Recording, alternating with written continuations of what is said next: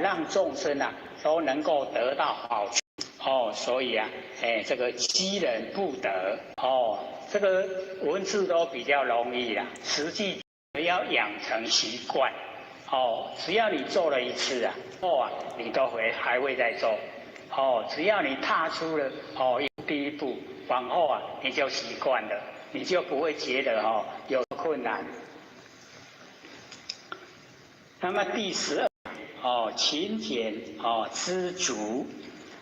勤俭呐，就是要勤劳简约。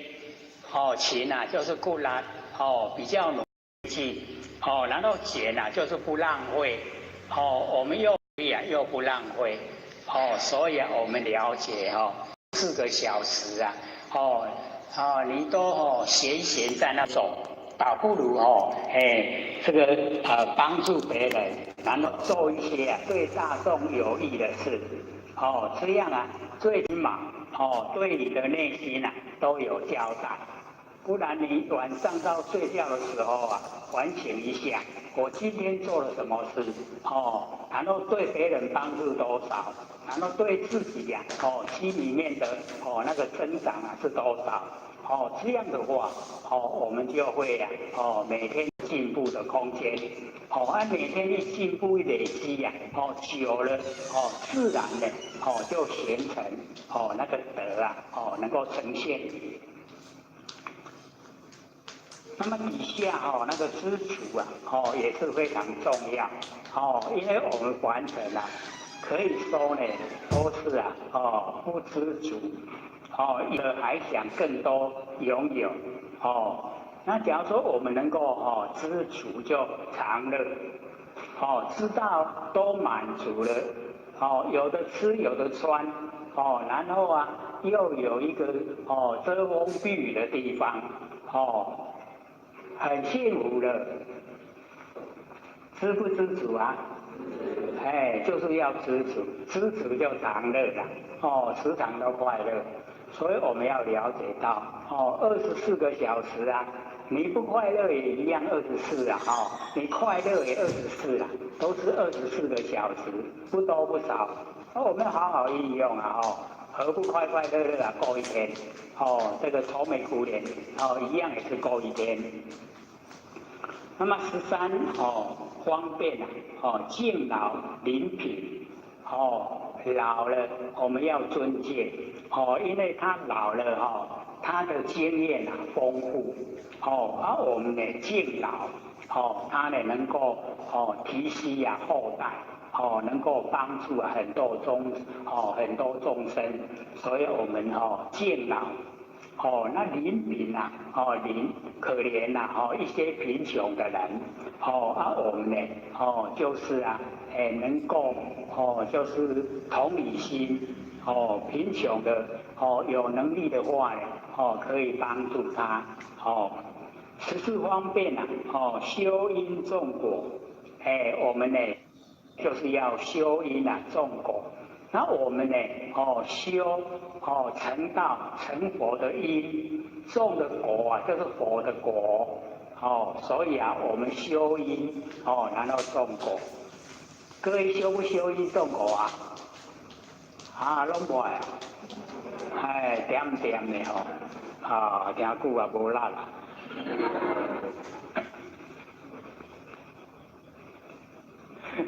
各位要了解你安尼坐咧拢唔免出来咯。佫真忝我安尼讲甲无声，佫袂忝。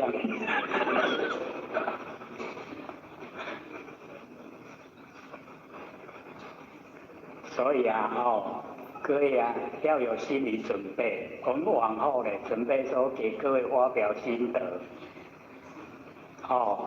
你唔通惊到这么大啦。因为发表心得是给大家一个非常大的鼓励。听到人家怎么修，然后哪个地方可以学，那个功效很大。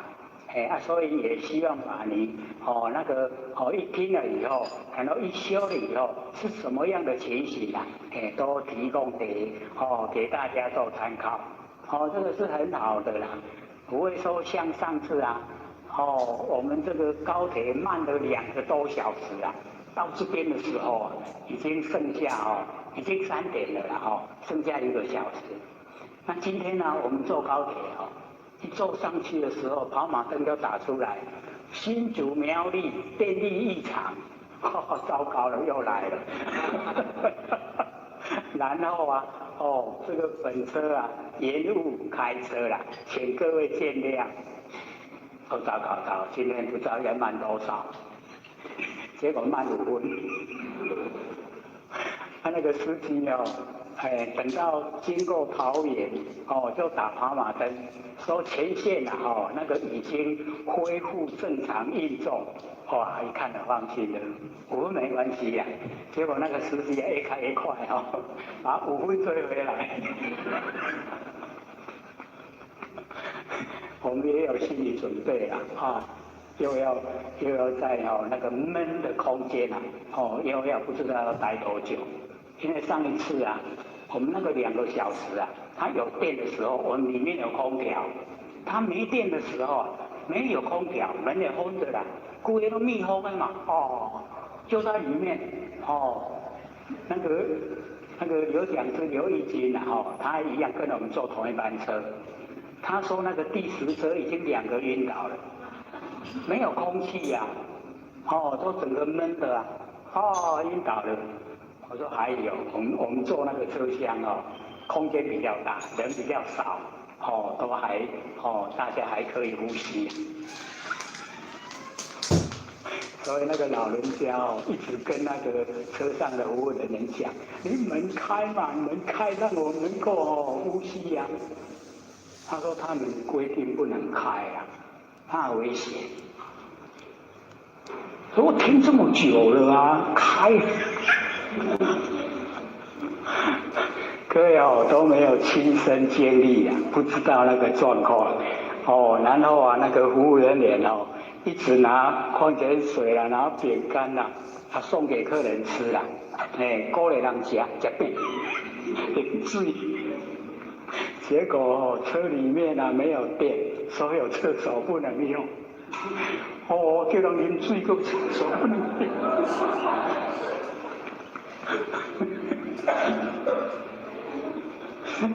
所以各位都是要亲身去经历这个事啊，你才知道说遇到的那个苦闷。所以那个时候保持那个心的那一种平静就很重要。你心不平你的那个支撑力道就减少。你心平你就会觉得没什么事。没什么事的时候你那个潜在的力量就发挥。潜在的力量发挥出来，那个不可思议啊！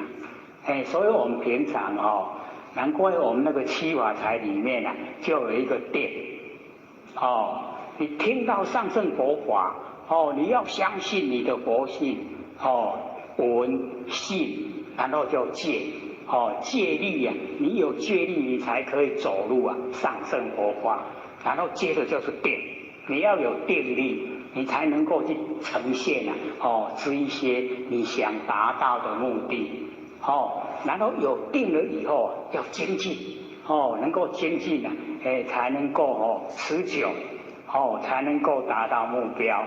然后要舍，什么都舍，什么都假的啦，身体到最后也是要舍，不舍也不行都要还给天地的。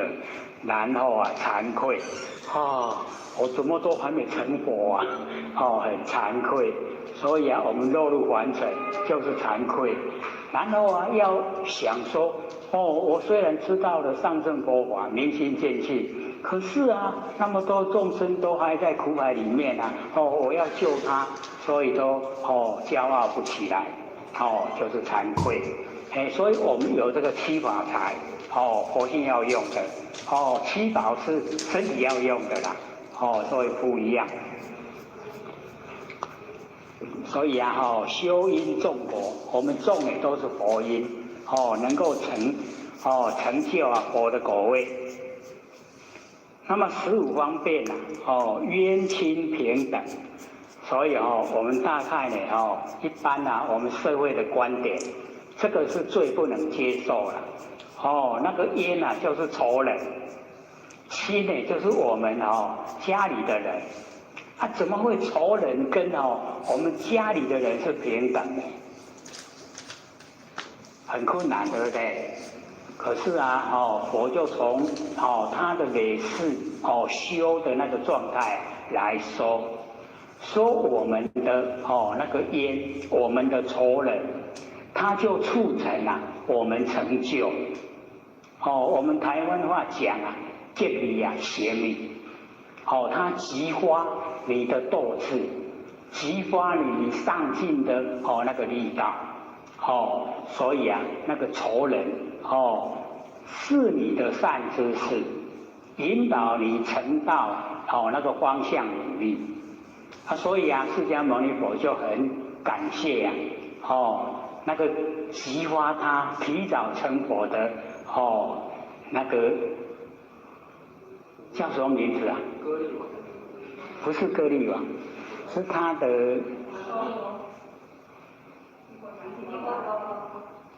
提婆达多啦，提婆达多啊，他是就是释迦牟尼佛在修菩萨道的时候，然后啊释迦牟尼佛就讲他要修忍辱啊，波罗蜜。那这个提婆达多啊，他就发愿说好，我要来促成你能够修忍辱波罗蜜，所以我就是一个加入加五入在你身上的人，要跟他同时出生在凡尘。释迦牟尼佛来出生，他也来了，他要来触激他，要侮辱他。使他能够真的修忍辱波罗蜜，他就是真的这样他都一直刺激呀，所以到后来释迦牟尼佛提早成佛。本来按照那个天律呀，释迦牟尼佛的掌天牌是在弥勒祖师的后面，结果他跑到前面去了啦，弥勒祖师变成在后面，所以啊。等到我们弥勒祖师下生了，我们凡尘的众生84000岁，各位先生，什么时候我们可以到达84000岁？我们众生到达84000岁啊，释迦牟尼佛就出生在凡尘，所以啊那个佛经里面呢就记载。是那个弥勒祖师下生的时候，我们满地啊都是七宝，满地啊七宝像现在的石头，没有人要。我们留着那个时候去捡。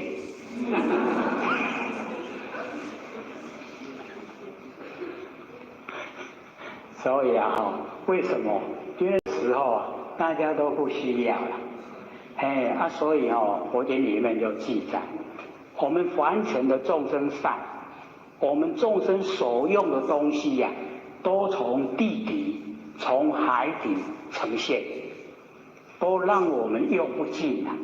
我们众生恶，这些都不见，都沉入地里面不见。所以我们可以想象那个石油是不是从地冒出来？你看所有的珍宝是不是从海底冒出来？都是我们众生的那个福报因缘。所以众生福报多，就表示众生行善。那众生行善累积的就让这个果报那个福德果报就非常多。那我们众生越来心越不好。地所生长的万物它能够让我们吃养生，可是它也含毒让我们杀生，害我们的生命。所以啊，一方面养生，一方面杀生，所以我们娑婆世界的众生啊，寿命才这么短，100岁、100岁，没有像呢北俱泸州啊，平均寿命1000岁，各位姐姐，我们假如说能够活到1000岁，怎么样？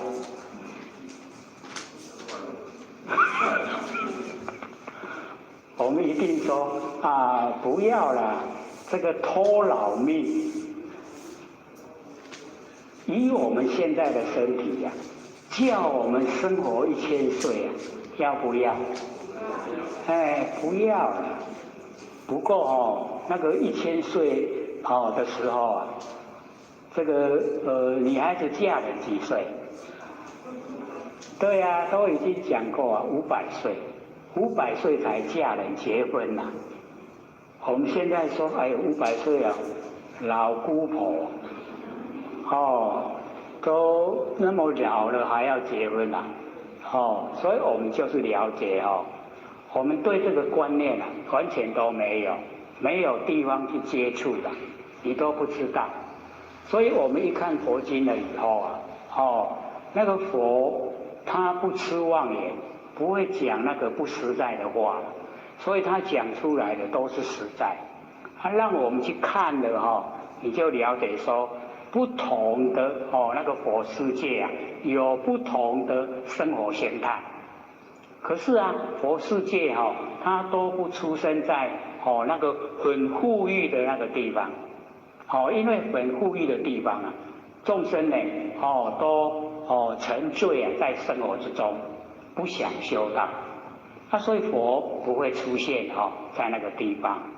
那假如说像非洲生活那么困苦，佛也不会出现，因为你的心就是一点点那个善心也没有，所以的果报呈现才生活那么困苦。他也不会呢出现在非洲那个地方。那么就是要在我们这一种。生活也很好，那心地呀，我们可以说啦，心地好的毕竟呢多过于坏的啦，所以在这一种状况之下，他就会来完成呢示现，来引导众生成佛。那假如说在这个时候都还没有那个等于是根基都还没有成熟。那么佛呢，它就不示现。等到我们的善根都成熟了，佛呢才会示现。那很多在讲那个释牟尼佛在还尘才80年，讲那一下短命，怎么那么短命啊？那么快就死掉了。他说这个跟我们的还俗啊，因为我们还俗这个寿命也大概在最高120岁，然后最低大概60岁了。所以那个时候老一辈说你要吃到一甲子60岁了，你才不夭寿了。所以以60岁你就可以了，可以呀，一口气不来。还没有到60岁不可以。要呼吸。所以释迦牟尼佛在80岁的时候，那在80岁他看到众生这么可怜，他有那个心想多活40年，就是到120岁。那个释迦牟尼佛那个时候的寿命点点就是120。我们现在已经降到70了啦。所以现在你活到70已经是点点，或许71了呢。那也已经超过了。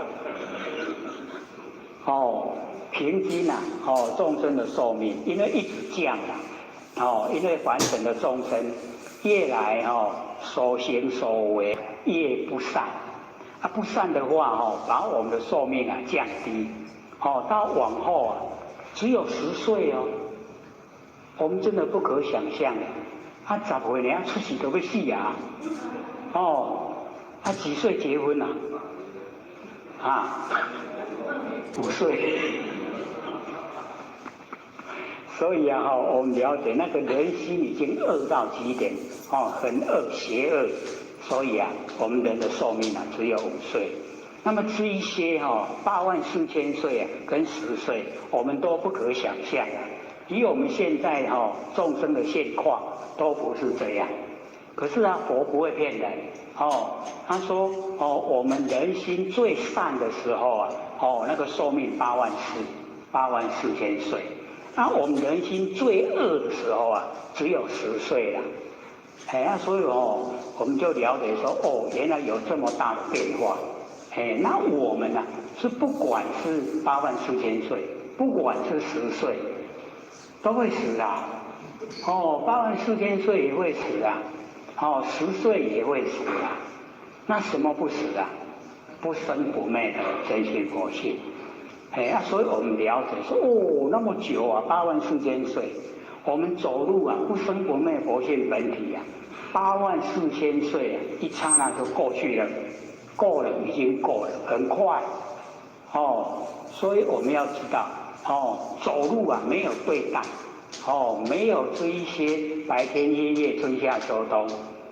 那一个时间啊，你没有办法去了解状态，所以都叫不可思议。以前我们不是有讲过这个不可思议的内容吗？还记得怎么说吗？不着有，不着空，不着亦有亦空，不着非有非空，是什么状态？就是不可思议。所以我们在凡尘，真的也不着有，也不着空，不着亦有亦空，不着非有非空。你四个角度啊，全部都没有，叫做离四句，然后解百非，言语道断，心行处灭，你就是进入不生不灭的佛性本体。什么状态？不可思议，不可想象的。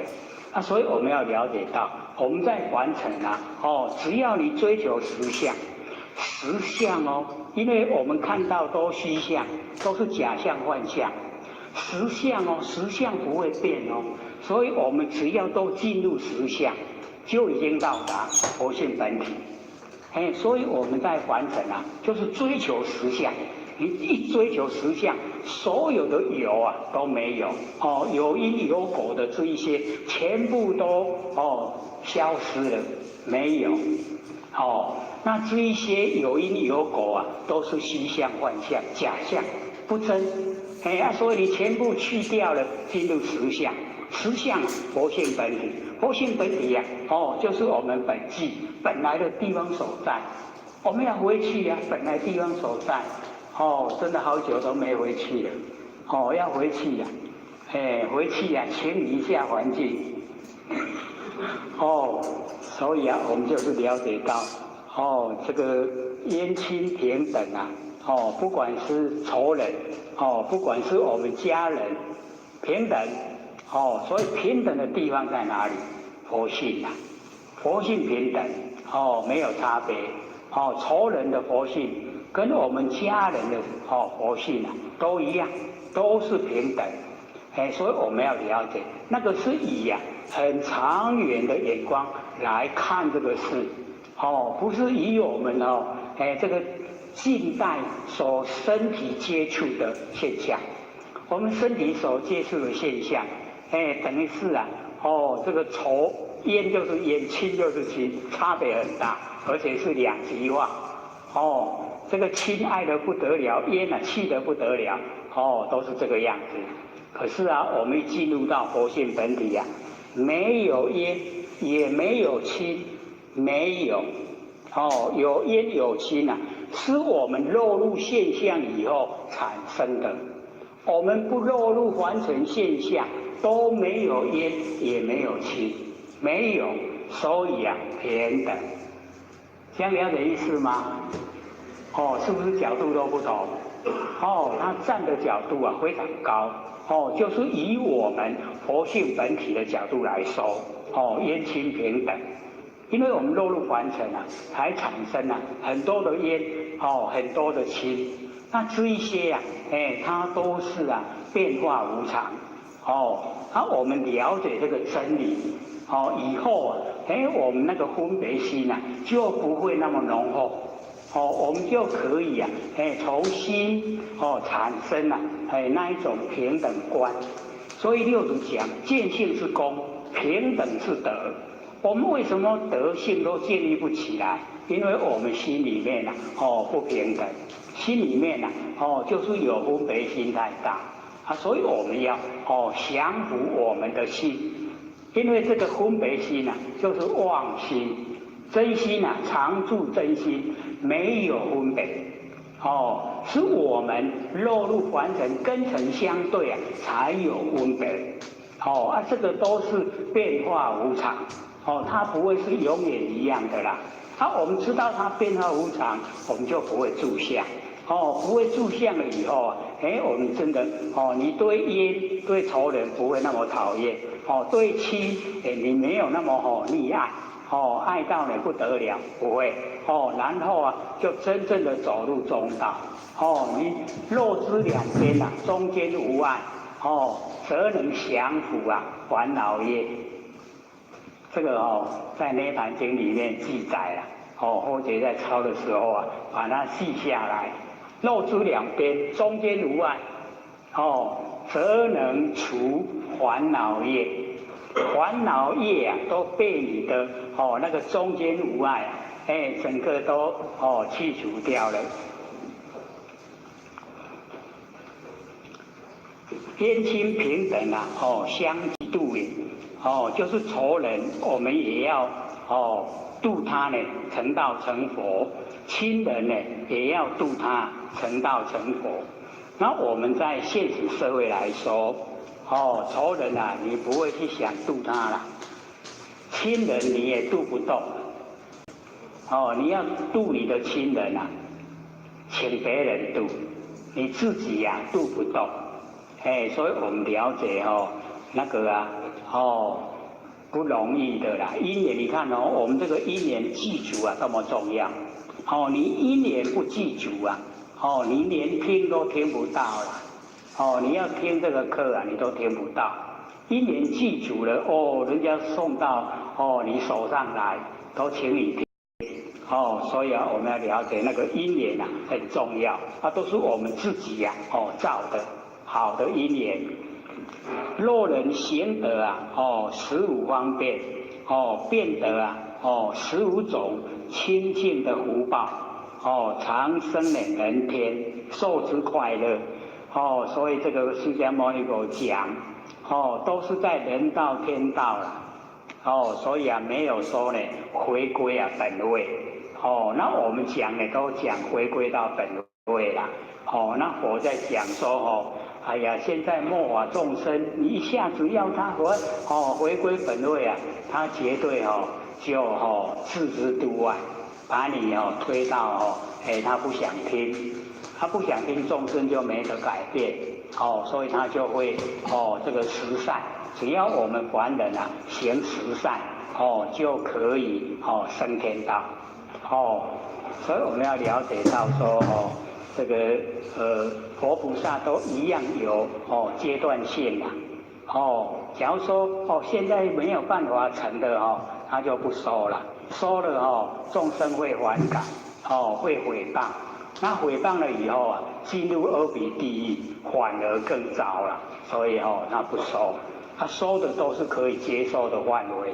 那我们要了解，我们呢研究心理心法，一定呢要把最根底的、最就近的都把它呢讲说出来。讲说了以后我们各个能够了解真理，能够呢实际的修持，就能够让我们改变真的啦各位就是要了解觉。剩下3分钟了给各位提问。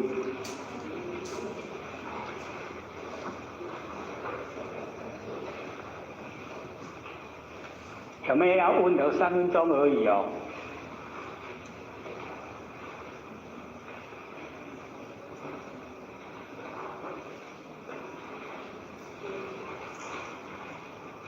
各位真好呢，修的时候都没有问题，没有问题表示不怕改，没有结，没有结表示说对真理都已经透彻了解，这个很难得可是我们要了解到，你有觉有疑不问那个疑一定在心中，那个改无透鬼修不成道。所以都鼓励，或者都鼓励大家能够踊跃发问。好，你说。好，你说。没有身体没有生死。没有生死没有生死你就进入佛性了啊。没有，你已经觉得没有生死，你就是进入佛性本体了。佛性本体里面没有生死了。那我们有身体身体才有生，才有死，是这样的。还要问什么？还2分钟而已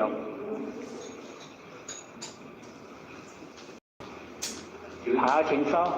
李老师，好。学功怎么做法？就是你心想什么，你身体做什么，你都了了分明，这样就好了。这样就觉，你心在想什么，你掌握；你身体在做什么，你掌握。你这样就是觉。我们就是怕心在想，身在做，我们都不知不觉。不知不觉就是无明。你觉了，无明它跑不出来。还1分钟，还有没有问的？好，请说。我想好，所以在请讲。好，你说。是用根。舍事用根那个事就是我们的认识把这个认识因为认识很多因缘际会它才有事，因缘际会才有事。我们把这个因缘际会的事把它舍掉。根就是我们的根本，根本呢就是佛性本体我们把那个事舍掉，用我们的一些缘明，就是我们的根，这样了解吗？我们认识认识要有很多因缘际会才有这个事，很多因缘际会才有，因缘消失这个事没有，所以知道这个事它是变化无常，不固定的所以我们舍事。因为事一直在生灭变化，那用根一切缘明它不变，用我们根本，这样修会成道。下课，各位讲师、各位坛子、各位先贤，大家好。佛学占道天师德，老天见大德，以及感谢各位先贤给佛学机会学讲。我们来讲这个大圣的《金刚经论》，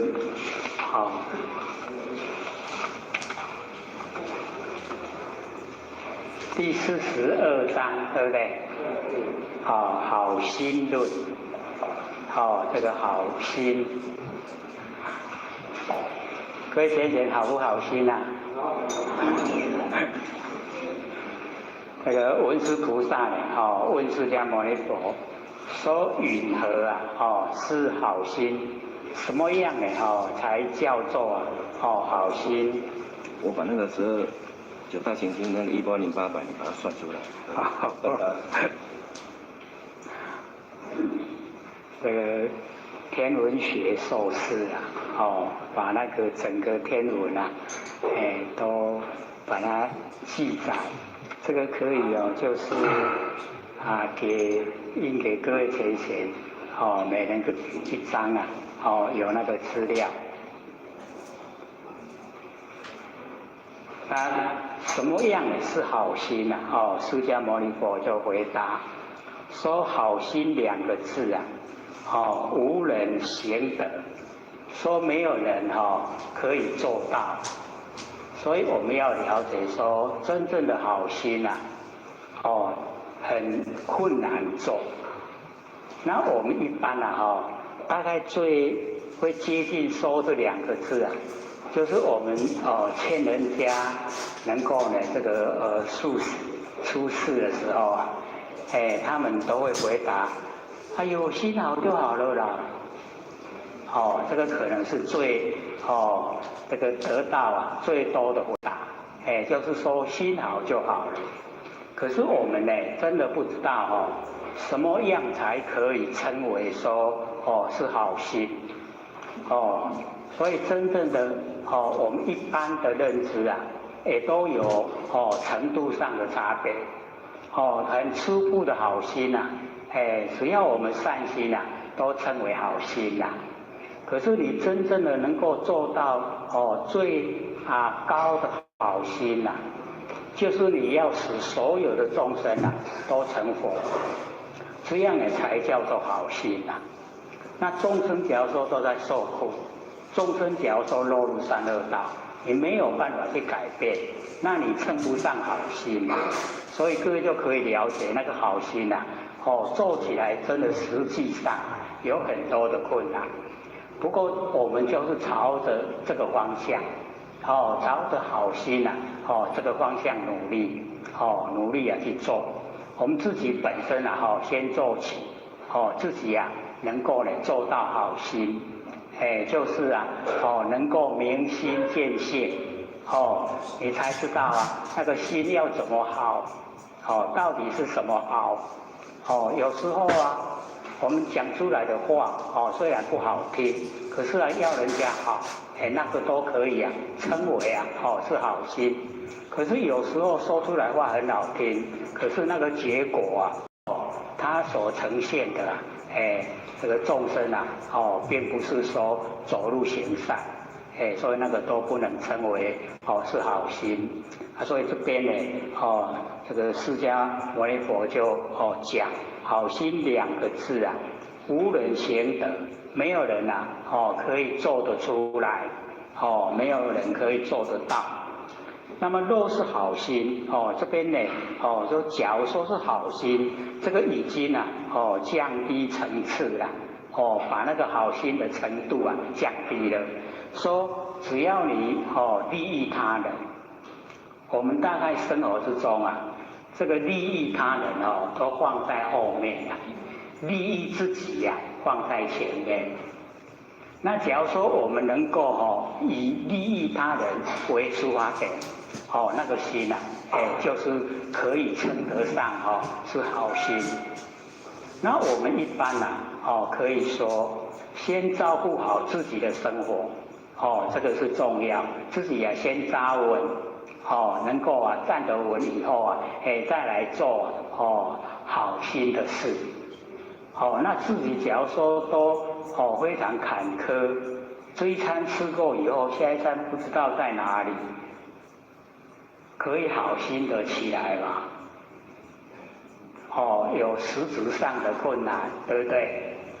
可是我们就是要了解到我们的这个遭遇可以说都是无常变化，有好有坏它不会一定的。那我们呢，保持那一种好心呢，倒是可以永远。只要我们明心见性的，我们可以时时刻刻把这个好心都能够去做，也就是利益他人。要所有人都能够真正的走入修道的道路，都努力的在修道。平常生活之中就去掉脾气毛病，然后去掉贪嗔痴这个三毒，能够去掉。我们假如说能够实际这样的来行持，那已经呢真的就是时时刻刻都保持好心，都是好的心。那我们的遭遇那个都是无常变化了。你遇到好，也不用太这个高兴的过头；你遇到不好，也不用悲伤，那个都随时变化的。所以我们要呢，就是有定。我们自己本身要有那个定，从佛性本体产生那个定力。佛性本体所产生的定不容易被凡尘的现象破坏。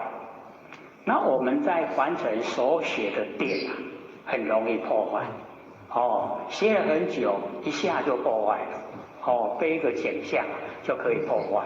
可是我们佛性本身的产生的定那个外境没有办法破坏所以这个才是我们真正要追求的可以自己掌握所以我们在生活之中我们就是真的要把三宝融入生活不是呢把它高速在那个这个看得到摸不到的地方我们一般都会把它变成两边三宝是三宝，我生活是生活，没有把它融成一体啦。那我们真正的要把我们得到的三宝在生活之中实现日常生活就是用三宝，时时刻刻我们就是用三宝佛性本体就是第一宝，然后我们般若妙智慧就是五字真言第二宝，然后我们的行为就是第三宝三宝呢就在日常生活之中整个都呈现没有说把它分成两个啦知道是知道，做是做，生活是生活都分开。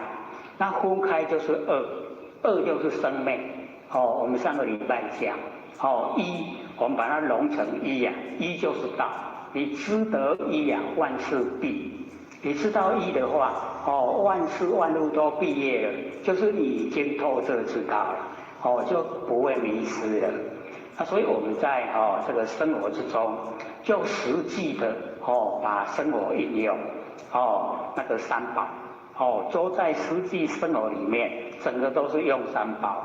那这样的话我们一口气不来就不会怕不然我们在日常生活都没有用我们三宝真正的一口气不来因为没有用三宝，三宝不熟悉，所以佛性本体不呈现。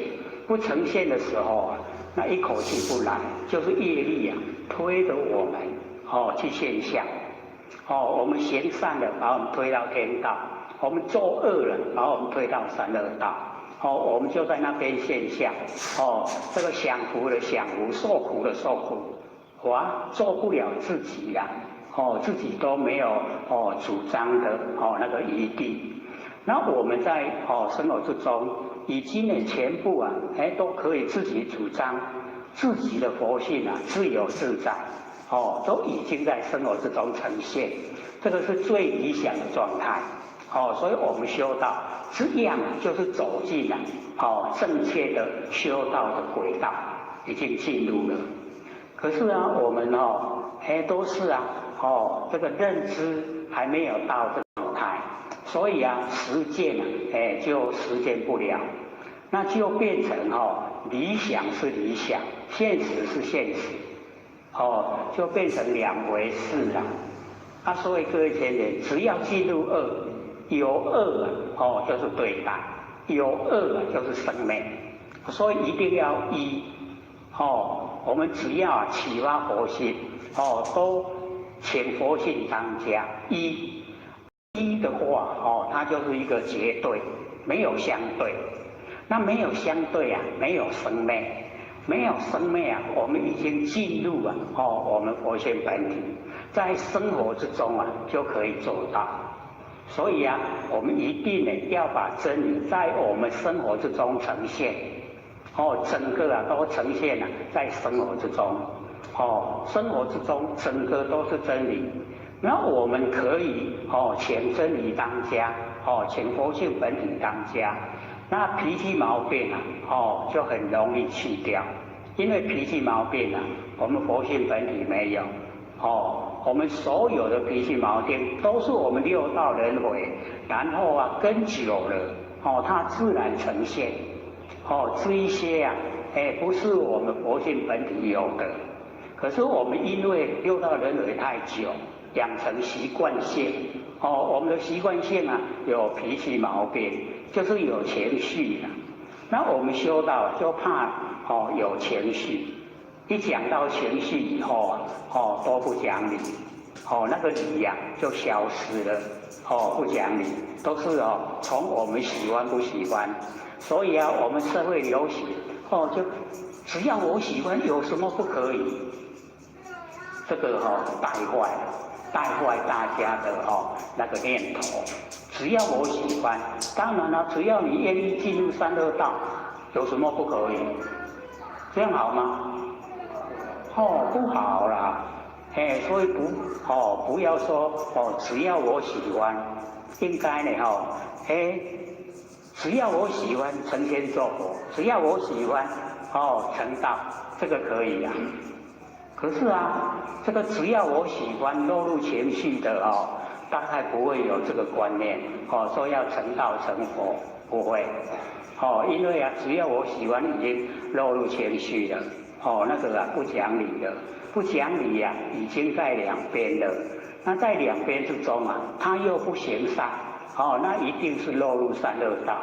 那我们要知道我们现在做人啊都不怎么快活了那三恶道更苦那苦得不得了你只要看看那个恶鬼道肚子那么大，喉咙那么小吃啊都没办法吃进去呀就是很苦，就是啊去接受那种很苦的状态所以我们要了解到那个我们三恶道最好啊就是当畜生道。畜生道现在很多宠物啊都被人宠爱，要我们去当宠物，我们愿意吗？我们都不愿意啊！你当宠物啊，你不能修道，不能成道成佛再怎么好啊，人家再怎么宠爱都是没办法主宰。你要怎么样都是没办法你自己做主张。所以佛学就讲，我们修道不能养宠物你养宠物了，你还要来陪它成道成佛。那前就问啊，那我们养孩子呢？我说孩子不同，孩子他有思想，要不要成道，要不要修道，他自己决定你养孩子啊，并不一定要保证他成道成佛，可是你养宠物啊，你要陪他成道成佛，因为他没办法主宰啊都在你的控制之下。所以啊，他再来出生，你要陪他来他出生了多久的出生道你就要陪他他能够有人的身体呀才有办法修道。可是当出生道啊转成人身体的时候，我们要知道那个啊全部啊整个我们那个含藏室里面啊没有修道的事啊。含藏室里面啊出生道啊它的含藏室啊都是吃饱的，等候被人杀。所以啊，你要他修道，要他做好事，他会吗？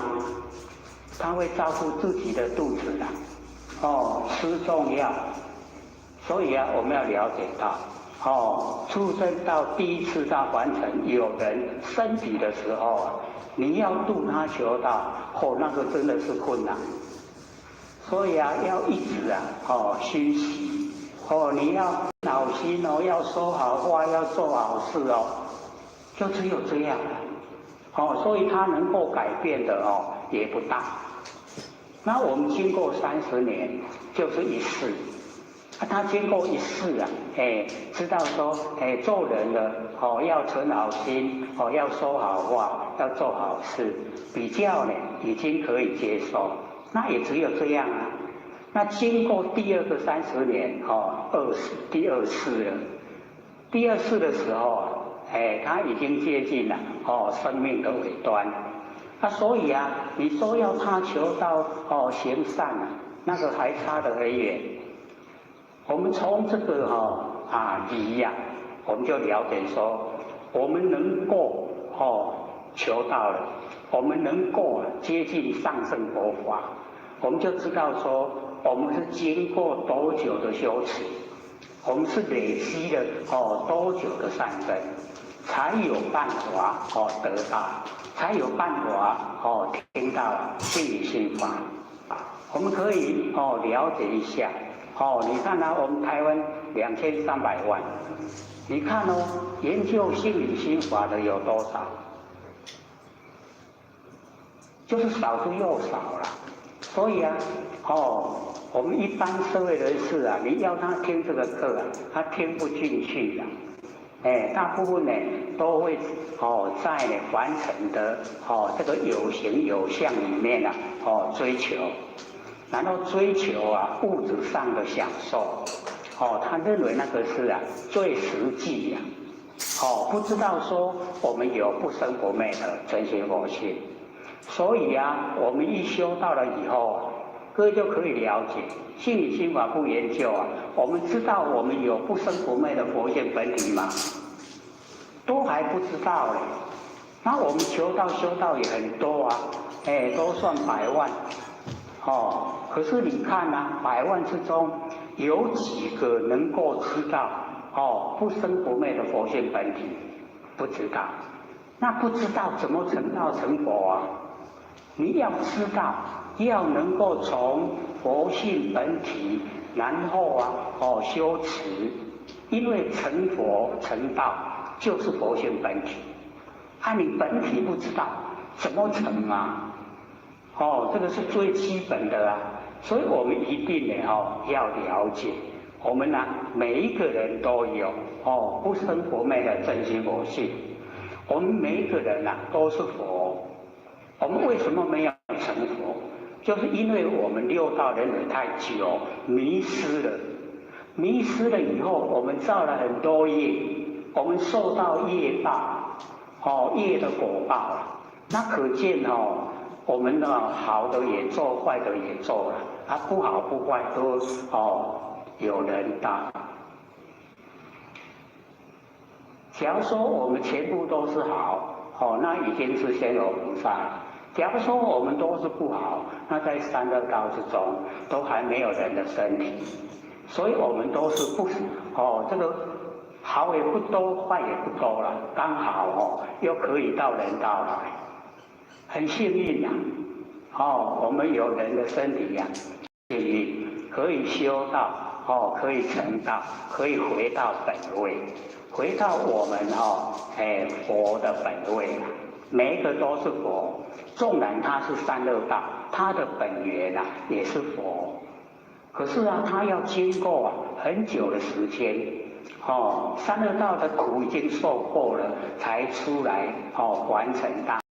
你当人了以后，还要累积很多的善，你才能够有善知识引导，引导你修道，引导你成道成佛。所以这个释迦牟尼佛讲，众生毕竟成佛，或者看到是高兴的不得了，毕竟一定的可以成佛。可是他后面加了一句话，经过3个阿僧祇劫啦，这个3个阿僧祇劫各位先生多久你知道吗？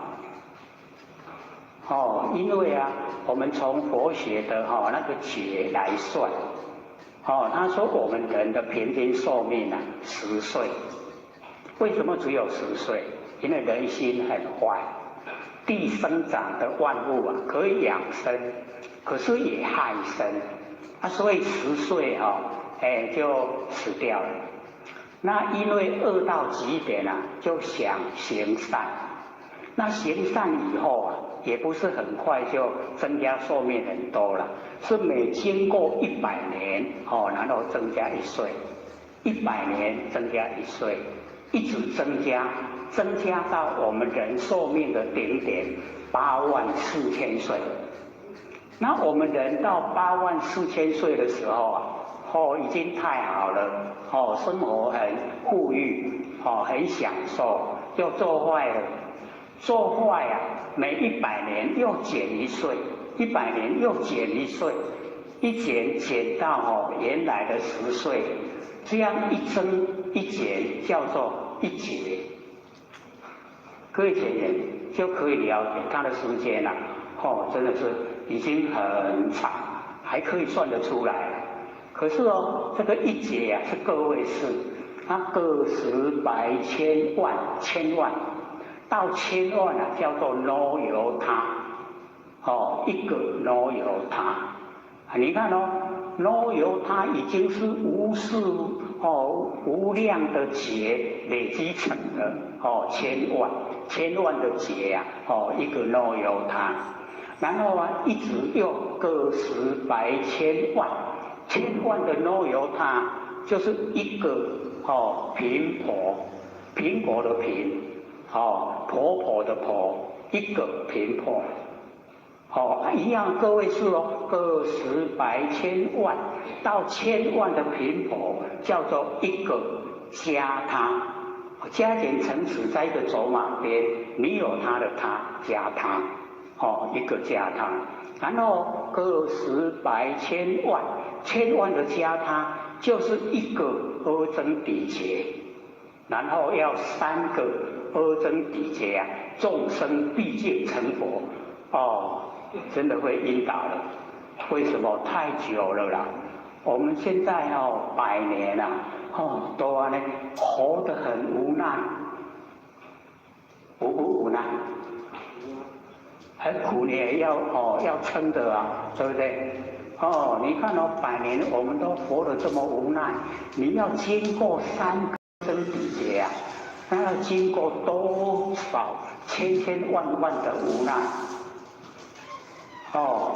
所以我们要了解，早一点啦，早一点成道，早一点成佛，那个苦啊都不要再去接受。苦从哪里来？从我们造业来。我们了解了不造业，没有苦可以受，解脱了。所以不是跪在佛面前，哎呦，仙佛把我解脱了，我很苦啊，没有用。要自己解脱。你业都不造，你没有苦可以受。你业都不造，你说哎呦我要受苦了，没有苦给你受，这个是理呀。真理就是这样。然后我们都不知不觉，没有啊，我没有造业啊，我们造业都不知道。为什么？因为我们众生颠倒。为什么颠倒？我们把假象都看成真的，我们把佛性本体啊没有形象，因为没有形象不管它，所以有没有颠倒？我们都颠倒了，所以颠倒就是造业，造了业就要受苦，受苦又迷惑，迷惑又造业，造业又受苦啊，没完没了啊，我们就这样，这个啊。就一直啊不知道说自己在造业，所以啊我们要知道说，在凡尘有啊，我有行善啊，我有布施啊，各位同学，我们要了解行善布施基本，那个是我们人的根本，你人就是要这样，不是说你在行善你在布施啊，你就高人一等，没有啦，那个只是做人的资格。你当人就是要这样，要有善，然后要有布施，然后啊，我们在布施的时候更要了解到，不能有那个得果报的心。我们有得果报的心啊，就变成福报。我们做多少的善，得了多少的福报，就变成一定了。那假如说我们所行的善，所行的好事，所行的布施，我们都把它抛入虚空，不记在脑海，就变成我们佛性的德本，生死德本，我们道德的根本，这样呢就在我们佛性之中。我们要累积，累积啊很多的德本，我们才有办法做到供桌上受人朝拜。所以我们要受人朝拜一定要有德，你有德本了，你才可以受人朝拜，因为才可以解决众生的那个苦难。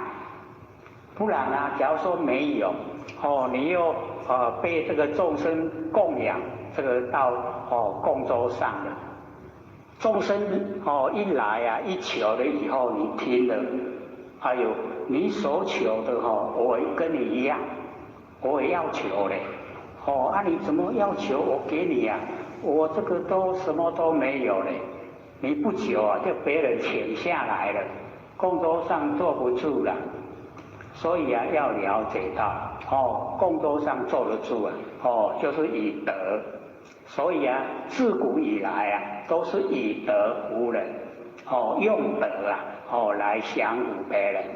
那自己就能够行持，能做，所以我们就在生活之中培养，要有广大的心胸，要有含量，这个不是说说而已啊，要实际的去做，你要呢在日常生活都能够容纳一切横力你都能够容纳，那度量啊就会拓展，就会很宽广，都实际的能够做到，当你度量很宽广的时候啊，你就会了解说我们众生啊，真的都是这个叫什么给啊等加啊斗，那个国语怎么讲？还是谈话比较好讲，也比较容易了解，就是很狭隘的心胸我们都是这样，可是啊，我们承不承认？说我们心胸很狭隘啊，我们承不承认？一定不承认啊！我很宽广呢，怎么会是很狭隘呢？都不承认啊，所以我们就是要了解到，实际上我们知道的太少，就连我们所作所为啊，我们都不知道，它跟真理呀，到底差得多远，我们也不知道，那为什么呢？因为我们很少啊，回光返照，我们很少啊去探讨说我们的行为啊到底哪里不合理，没有啊，没有探讨哪里会知道，所以啊，这个有错都是别人的错，我都没错，所以我们就知道说佛菩萨呢，都说啊我的错，因为我没有教，所以都是我的错。可是啊，我们众生的观念就不同，我都没错，错的都是别人，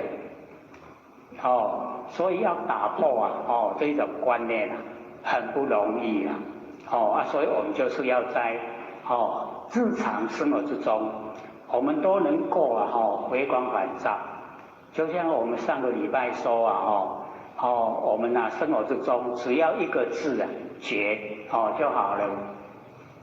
觉前也问要怎么做，或者说你心在想什么，你身体在做什么，你都了了分明，容不容易？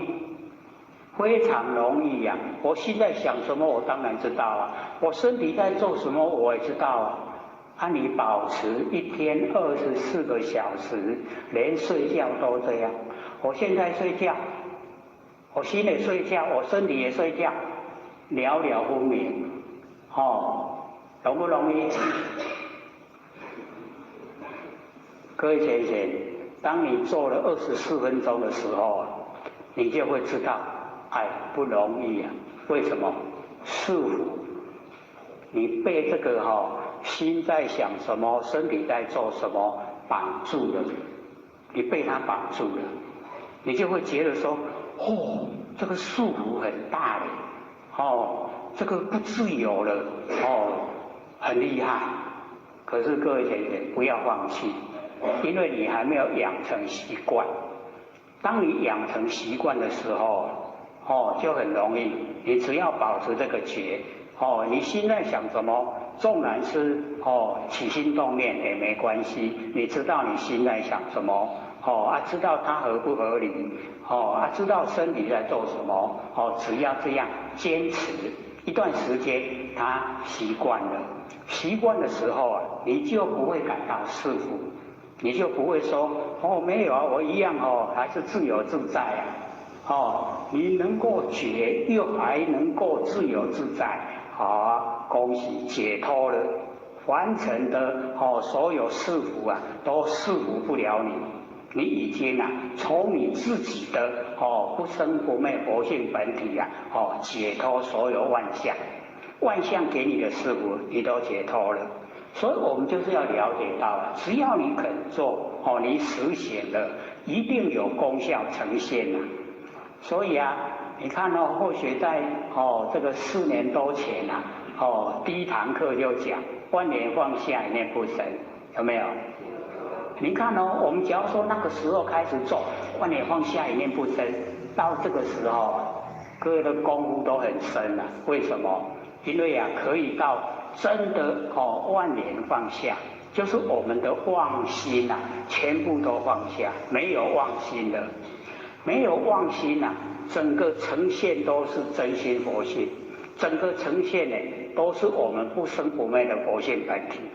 所以要了解到或许也没有要求很高，如果你有3-5分钟的空闲，你就做3-5分钟的万念放下你有这样子做，先把你不生不灭佛性本体的人口呈现，让你自己知道你的佛性是什么状态，知道了以后你再深入的研究，从你的佛性本体之中你可以了解到我们佛性本体具备五眼六后具备功能大用，可以转移四天下。可是我们现在连一个钓鱼台都转不过来所以就知道说我们功夫都没有了，还差得很远可是当我们有那个功夫的时候我们不去转钓鱼台也不转四天下，我们就是要所有在这个娑婆世界的众生都能够成道成佛所以就鼓励所有众生都研究都明心见性，然后进入我们佛性本体，这个是我们自己可以掌握可以做的所以呢就在日常生活之中就把它呈现。只要是佛学讲出来的法门，你肯做一定都有功夫你做到最后每一个法门它都回归到不生不灭的佛性本体就说觉我们呢身体做什么，心想什么你只要回光返照，你知道你心在想，知道你的身在做，这个呢就已经你都回光返照，在照你的不生不灭佛性本体虽然呢它在这个起心动念，在心的念头那个是我们佛性的功能作用虽然是功能作用，不过你一直关照它功能作用从哪里来？从我们佛性本体来所以等于也就是在回光返照我们的佛性本体你只要肯做一天24个小时之中你都跟你的佛性在一起，就已经没有被外界引诱，没有被外界拉走。那我们为什么会造业？为什么会六道轮回？就是外面的环境引诱力量很大，然后我们在凡尘又追求物质生活所以一拍即合，马上被他拉走我们被环境拉走了，那个时候你跟他要修佛性那个放在后面我先这个追求我眼前的现象要紧什么时候才要研究佛性等到我老的时候了，等到老的时候来研究佛性现在没亏了，所以我们就允许就这样一生过了来不及了啦一口气快要断了我没有修好。我们可以想象，各位同学，我们都会遇到那个状态。有一天我们都有一口气不来的时候，我们要在一口气不来的时候，就要知道说我的成也已了，一不一样？我都还没修呢，然后把它转换，我都修了，手办已经办了，已经不受后有，不受后有就是不在轮回了，已经不来了，可以主宰不来了。各位学姐，我们现在可以吗？可以说我这一生够了，我就不来了，可以吗？可不可以？可以啦，为什么不可以？我们现在很年轻啊，我们可以做的还很多啊，对不对？你一定要有把握，你的佛性啊，可以指挥你的视听言动。这样的话一口气不来啊，你就已经回归本位了。所以啊，可以主宰，我不来了。有没有信心啊？都不敢承诺。所以这个叫做对我们的佛性啊，认识的还不深。所以或者就讲我们先问这个七宝跟七法财，七宝是身体要用的，七法财是佛性要用。所以你看七法财的第一个就是闻，就是听到上乘佛法，你听到；第二个呢，就是相信你不生不灭的佛性本体。你听到了，又相信你自己不生不灭的佛性本体。我们的佛性要用的财有了，能够听到，能够相信我们自己本身的佛性本体。然后接着就是戒定。然后我们借着我们要恢复到本来的时候有哪一些是不能够做？就是我们的脾气毛病，我们的贪嗔痴慢疑不能做。那我们由戒把它戒除掉。没有了由佛性产生定。有定有慧所以闻信戒定慧，然后精进。努力使自己的佛性清净光明。然后舍，把凡尘所有一切都舍，布施，不要了。我们要了解到，我们一口气不来，什么都不是我们的了。你不舍也要舍了。强迫就是一定要你全部舍。然后最后一个惭愧。就是这么多的众生都还没有求道修道，都还没有进入修道轨道，那个成果都还遥遥无期，我们要感到惭愧。都没有去教导，没有去度化。所以我们呢有7个七法财来知道说我们该努力的方向。闻有了，我们听到上乘佛法，信相信我们不生不灭佛性本体。然后相信了以后，佛性本体没有脾气毛病，佛性本体没有贪嗔痴慢疑。所以我们戒定慧。我们有了三毒贪嗔痴没有。我们有戒定慧，贪嗔痴没有。没有以后我们能够精进，使自己能够进入光明，进入清净。这样就已经恢复了，恢复本体了。所以把凡人所有一切都舍，布施都舍掉。然后最后惭愧。就是赶快度化众生。你看七法财是不是不一样？我们凡尘要用是七宝。那个有形有相各钱财。那可以说了，我们追求七宝的心比较强烈啦。我们追求七法财的心比较薄弱，对不对？因为这个现实是这样。那我们七法财那个是理想。理想跟现实都有一段距离。我们呢就是要了解到我们在凡尘就是要有希望。我们希望能够成道，希望能够成佛。为了希望然后活着。假如说我们活着都没有希望，糟糕了，没有动力就修不来。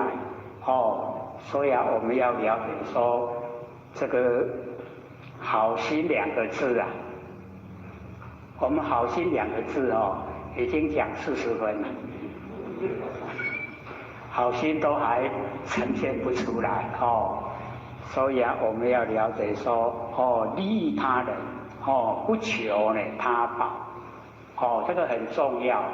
我们利益呀哦众生，不求众生回报哦，不求哦，因为你行了，自然哦那个因果是一定的哦，你做了哦因一定有果。啊，你不要去求，你求的话，哦，就是你的行跟你的果啊，它只有平等而已。哦，你行了多少功，得到多少果。布施了100块，得到100块的果报。那你假如说哦都不求，你布施了以后，把它抛入虚空，各位就是要了解到，我们的布施只有100块，抛入虚空，虚空大不大？啊，虚空给我们的果报啊，大不大？非常大哦。这个是从真理的角度啊来说啦哦，因为100块有局限哦，它数目不多，可是啊，一抛入虚空，虚空很宽广哦啊，所以它给你的果报一样就是那么宽广哦，无量无边哦，进入你的佛性本体哦，就是啊，养成你的德。哦，就是啊，生子得本，哦，不落入哦福报了。我们了解说哦，我们住相的布施啊，都落入福报。所以啊，布施啊是因，果报呢，哦，我们就是了解啊是果，哦，有因一定有果啦。啊，你有哦祈求的那个因跟果啊，它只有哦一样，哦100块的因，100块的果。哦，那个是一样。那你不求哦，不求他人回报，那你就抛入虚空。那虚空无限宽广，所以无限宽广的果报给你。哦，你那个哦接受啊，你就会知道，我只有行一点点啊，哦怎么会哦这么大的果报？哦，各位就是要了解到，那个都是以真理的角度啊来说，哦。从真理的角度哦，我们了解住相哦，那呢你布施多少得到多少哦，你不住相哦，那个得到的果报无量无边。那所以啊，我们从真理的角度啊哦来行持，因为我们所求的并不希望呢哦还成的福报，因为啊我们接受还成的福报，各位要了解到，当我们哦在还成有钱有社会地位哦，我们修道的心啊就不强烈。既然有钱有社会地位啊，我这样就好了，我这样就很哦快乐逍遥了，对不对？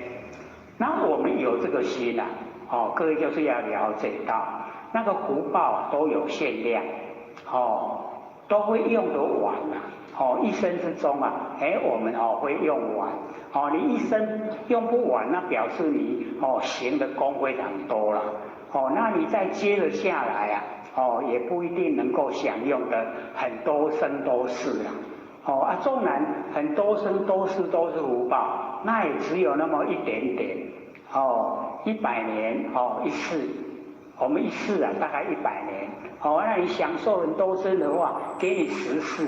我们大概都富不过3代，哦，经过3代就穷了，哦，因为都用完了，穷了，哦，所以我们在哦那个福报的当下，可以说呢都是造业，哦，有钱啊容易造业，有钱也容易行功，可是啊，我们哦有钱的时候啊，那个行功的心啊很少，都哦。要想自己享福啦，哦，都要得到名，要得到利，都是为自己呀。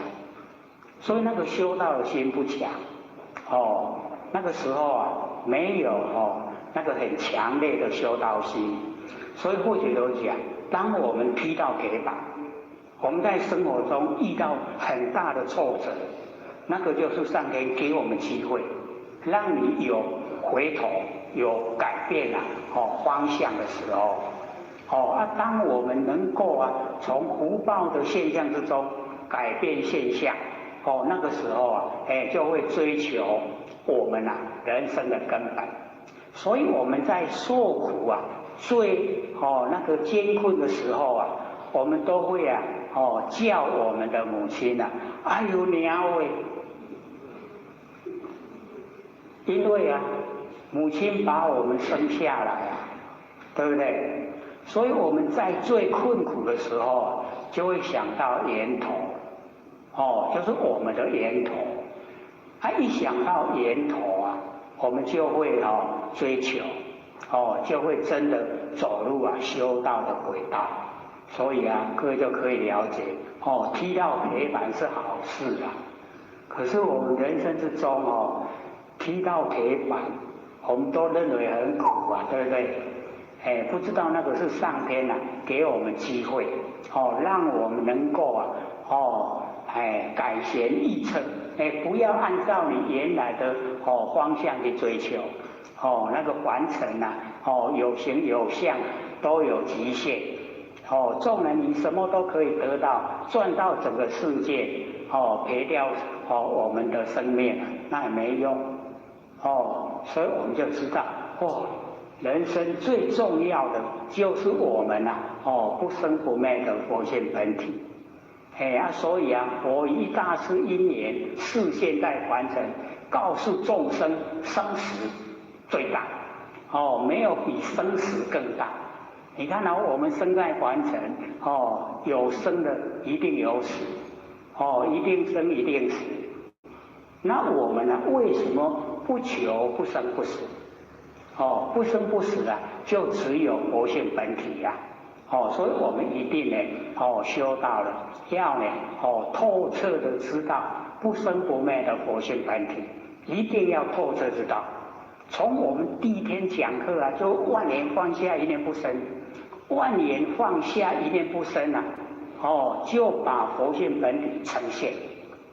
我们就了解说，要成道要成佛，就是这个本体在成的，本体可以成道可以成佛。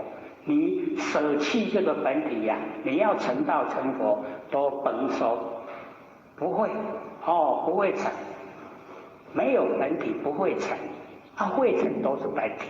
所以我们一定追求本体是最重要，凡尘的所有一切都是假的，都虚幻不实在，就只有不生不灭佛性本体是实实在在，它都不会变化。可是我们都不去追求，因为没有形象看不到。这个有时候度化众生他还跟你讲，哎呦，这个佛性一斤是多少钱各位先生，佛性一斤多少钱？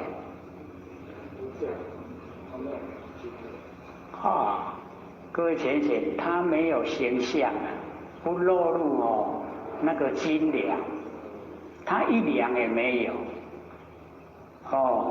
所以我们就是要了解到，你讲这样的时候就是表示你已经拒绝成道成佛，拒绝脱离苦海。你就是已经说我这个生活很好，有钱的话还可以到世界各国去观光，很累。你到世界各国去观光很累人呢，所以我们要了解到我们的佛性是最好的地方所在，是所有你观光不到的地方所在，就在佛性之中。所以你只要知道你的佛性整个我们这个整个太阳系我们都可以观光了。不但只有太阳系我们还超越整个太阳系到无限的虚空无限的佛世界，我们都可以去观光。可是你不修的话就没办法你只要修回到佛性本体，你可以超越整个我们太阳系都可以超越都有我们佛性的本体所在，不可思议啊，所以一定要努力啊，追求。那么结事他人，不求果报，这个结事啊，就是帮助别人完结所有的事啊，都把所有的事情啊，都解决了，都已经都没有问题了，所以结事他人，然后为人家办事也不求果报，可是这个真的是人家都会有一点怀疑啦，不知道你是什么企图，有时候我们这个太好心了还会引起人家怀疑。那么供养他人不求福报，这个供养，所以我们了解说，佛经里面都一直在讲，供养无量无佛，这个无量无边的知佛菩萨都已经供养，那我们要知道之所以能够成道成佛，都是要经过这个阶段。你没有经过这个供养无量无边的知佛就是没有办法没有那个机会成道成佛。我们会以为说这个供养他人就是很不容易的，就是要有那个实质的那一种财力，要有金钱才能够去供养。不知道呢，我们在修道的领域里面那个供养就是我们尊重，我们尊重所有的众生，这个叫做供养。我们要了解到众生都是佛，那你尊重所有众生，你就是供养之佛。我们大概很多都不会这个承认这一种观念。他说要实际的你去供养那个才算。那个假如说实际的这样的话，那我们真的可以说呢，少之又少了，不能够说无量无边。供养无量无边那个就是我们在凡尘生活的时候，我们对所有的众生我们都尊重。他纵然所有观念都不符合真理，我们也不要起那个不好的心、仇恨的心，不要对他所做的事你有意见，可是你对他的佛性你都尊重。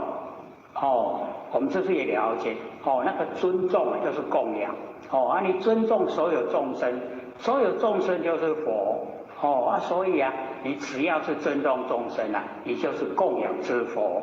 那我们在凡尘就可以知道，我们所接触的众生多不多？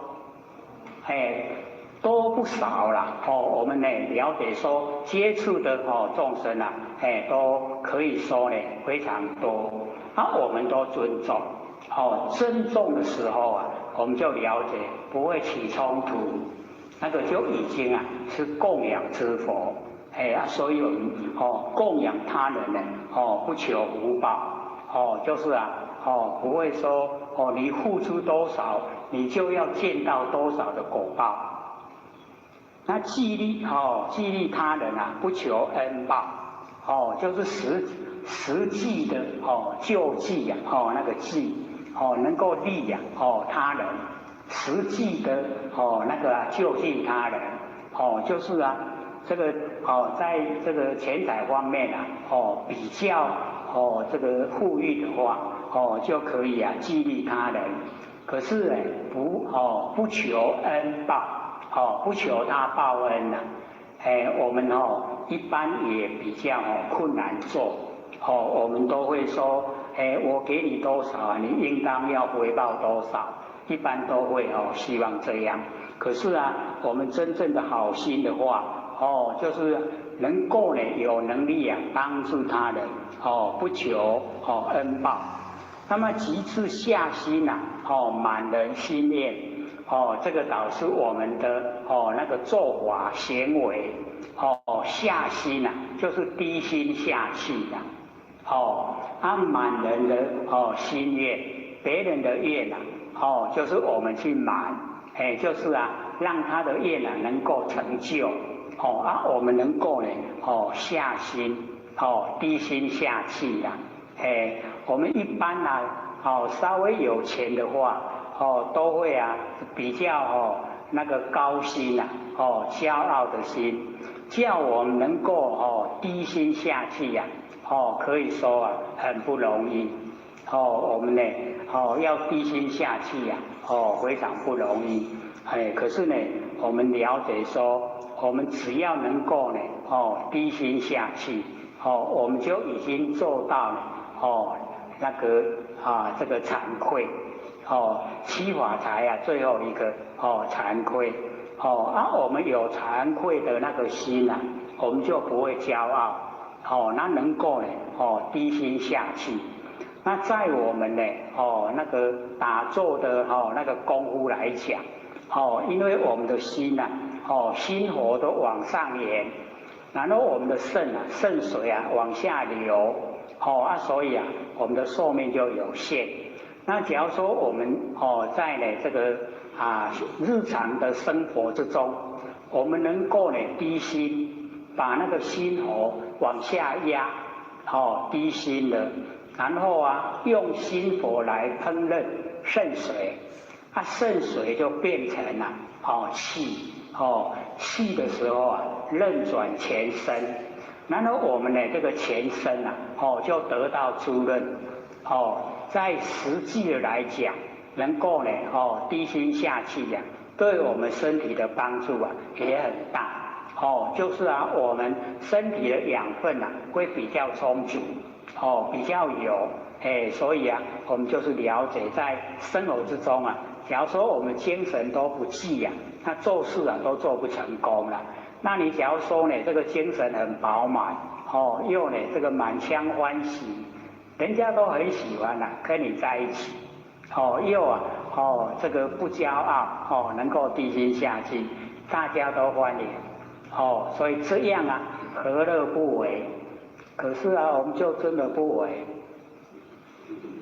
没有利益呀，可是要知道呢，我们在修道的方面啊，你能够低心下气，能够满人的心愿啊，那个就是啊，真的是难舍能舍，很困难的那个布施舍，就是布施啦，你能够呢难舍能舍，尤其在我们的身份地位啊，我们都会放不下身段，你能够整个都放下身段，我们看到那个外国那个宗教那个那个主人他都会为他的信徒那个洗脚，有没有？那个就是放下身段，就是能够呢这个低心下气，那个是实际在生活之中做。男人能忍，遇到呢逆境挫折的时候那个男人忍受的时候你能够忍受，所以我们就是了解到为什么那个男人能忍，就是因为你体会到平等，不管是身份地位，不管是阶级多高，佛性都是平等。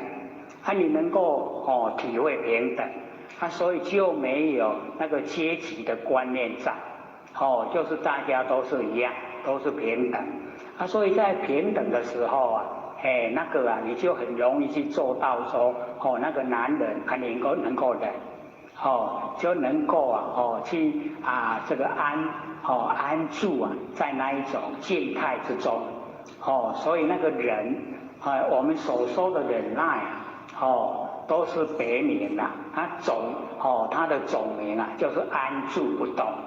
忍那个忍耐的忍就是安住不动。你在真理之中安住不动叫做忍，忍耐。那我们要了解到佛教都告诉我们就是没有侮辱的人，也没有受侮辱的人。哦，没有加入的人，也没有接受的人，没有啊，哪有忍啊？哪有忍耐的事？所以啊，我们了解哦，那个忍耐的形象啊，都是虚幻不实在，哦，是颠倒的啦，哦啊，所以啊，能够了解真理的时候啊，就没有说哦那个啊，哦自己的身份地位啊，哦不能做那个事，没有。哦，都是平等，都是一样。那么难行啊，哦，能行，哦，所以啊，我们了解到说，哦，我们呢所说的一些法门啊，哦，在实际的行持来说啊，都是难行，很难去做了。可是啊，只要我们有坚定的心呐，都可以做。所以那个难行啊，哦，能行。哦，这个也是属于好心的范围啦。哦，那个难行啊，你能够行；难救啊，哦，能救。所以啊，我们就是了解到，我们现在的人呐，真的有时候都不一定啦。那个前不久报纸就登了有一个人要出国啊，到那个桃园机场。然后啊，经过那个免税店的时候啊，他整个人啊就晕倒了。那晕倒了以后，里面3个店员就赶快拿那个傻瓜电击器啊来击他的心脏，因为他已经没有呼吸了。那个3个店员啊，一方面在救他，一方面手在发抖了。3个都没有遇到这个事啊。就是初次用那个傻瓜的电击器激发他那个心脏，使他又恢复心跳，又能够呼吸呀。活过来的时候啊，那个3个女职员呢抱着哭。我们就是了解到在那一种生命交关，可以说那一种已经晕倒没有呼吸呀，就是很急迫了，对不对？只要经过5分钟啊，我们脑部都会缺氧，然后脑死。所以那个时候没有赶快救，真的就是死路一条了。结果被3个那个女店员救回来了。所以报纸把它登出来，又把那个照片就那个被救的跟那3个女职员都一起照出来。所以我们了解到说这个凡尘啊，很多事啊，我们都不可以预测啊，哪会知道他会晕倒在他的店前面啊？所以啊，有一些必须要知道的那一些急救常识啊。他假如说都完全都很陌生的话，机器是机器，人是人呢，合不起来，要怎么用啊？所以有时候呢，我们也这个鸡婆一点呐，这个都能知道一点事，然后不责冤亲呐，所以我们了解说，我们在凡尘呐，那个冤就是仇人。亲就是家人，我们呢会把仇人跟家人，分得很这个详细，可是啊，在佛经里面他冤亲都是平等的，冤跟亲仇人跟家人都是平等。那我们呢，就是要从真理的角度来了解，那个冤跟亲我们的仇人跟我们的家人，他呢都是累世之中都曾经我们都相处，都曾经就是仇人之前也是当家人，家人之前也是当仇人，所以都有经过了，所以佛才会讲冤亲平等。佛都讲，因为我们六道轮回太久，经过非常多的缘会，所以天下的男士都曾经是我的父亲，天下的女士都曾经是我的母亲，所以这样就没有分别心可是我们现在的生活分别心很强烈，哦，就一定分别了。哦，那个就是我们在现实之中啊，哦，生活之中遇到。哦，所以啊，那个亲跟冤啊，就会分得很详细。那假如说走入真理世界啊，冤跟亲啊，就平等了。我们的心啊，都宽广。平等嫉妒啊，不管是冤，不管是亲，我们都平等，然后嫉妒，济啊就是救济，度呢，就是度化，救济啊度化，我们呢就是要救济众生，然后度化众生，使众生呢都能够成佛，这样呢，这个脱离苦海啊，就可以啊得到呢永远安稳的地方所在。那么真实啊能行，真正的实在的能够去做，非但啊口说，不只有嘴巴讲啊，要实际啊能够去做。与人口说好心啊，心无慈善，这个与人啊就是没有智慧。那么嘴巴呢在讲这个好心。心里面啊，他没有慈，没有善，所以我们要了解说，那个心的慈善啊，是我们的根本，我们的这个心啊，一定要有那个慈悲，慈悲喜舍，然后善啊，是我们人的根本，人啊，做人就是要有善，因为有善啊，才有人的身体。假如说我们啊，没有善的话，连人的身体呀，都得不到。那么贤人，常行好心，口不自言。这个贤人的话，他呢时时刻刻啊，都行这个好心，可是嘴巴呢，不自己说了。不说他是好心，不说，只是实际的去做。但念啊，利济他人，就是啊，能够呢，利益别人，救济啊别人，就是这样。但念啊，利济他人，不求啊自己的名望，不追求自己的名，自己的声望，不追求。所以啊，我们了解到说，我们凡人啊，就是求这个2个字名望。就求痴迷啦，求呢能够呢大家都能够仰望，我们都是这样的。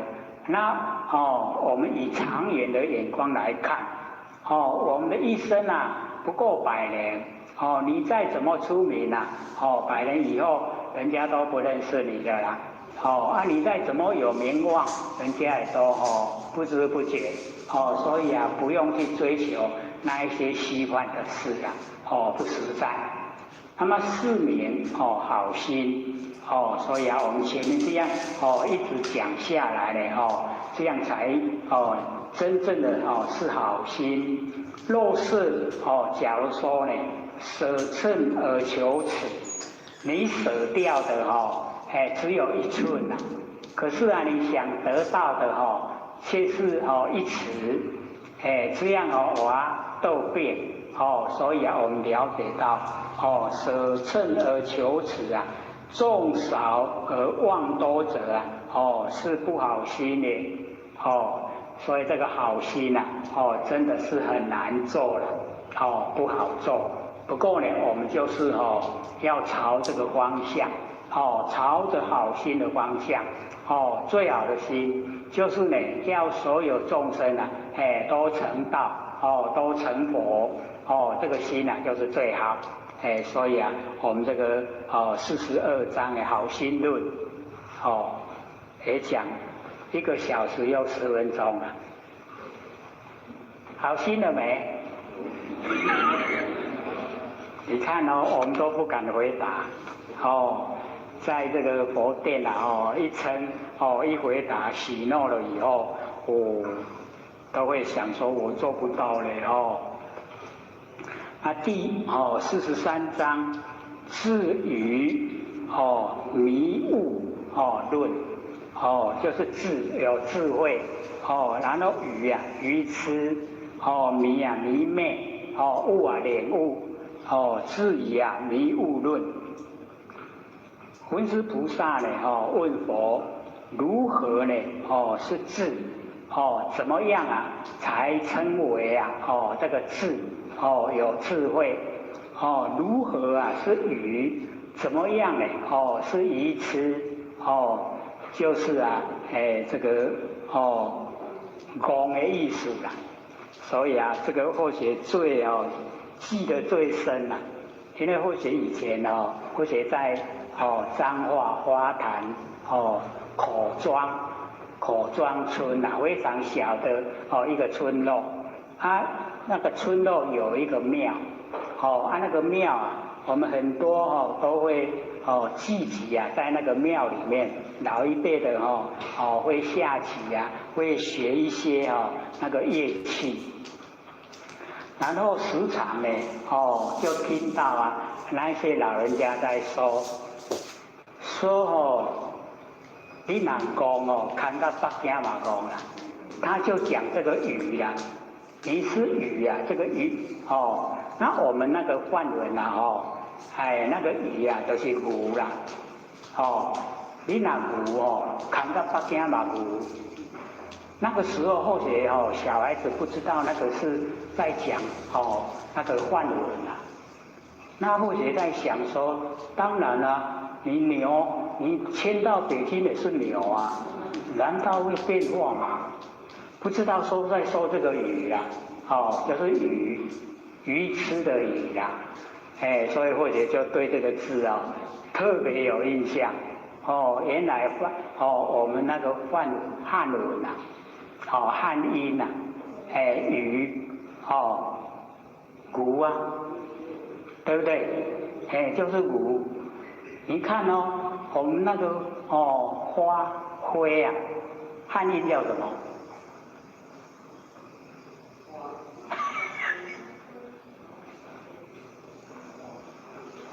所以啊，我们就是了解到有时候我们讲那个汉音啊，反而我们听不懂。我们讲白话反而容易懂。就是这样。所以啊，我们那个时候啊，有一首歌乌雅灰有无？是乌雅灰啊，乌雅灰。你看那个雾啊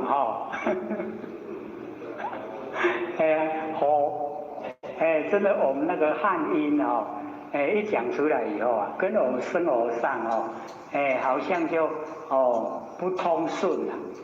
我们在讲的时候啊，就会觉得这个怪怪的。所以啊，这个文殊菩萨就问说，如何啊是愚？就是愚痴的意思。那么如何啊是迷？怎么样呢？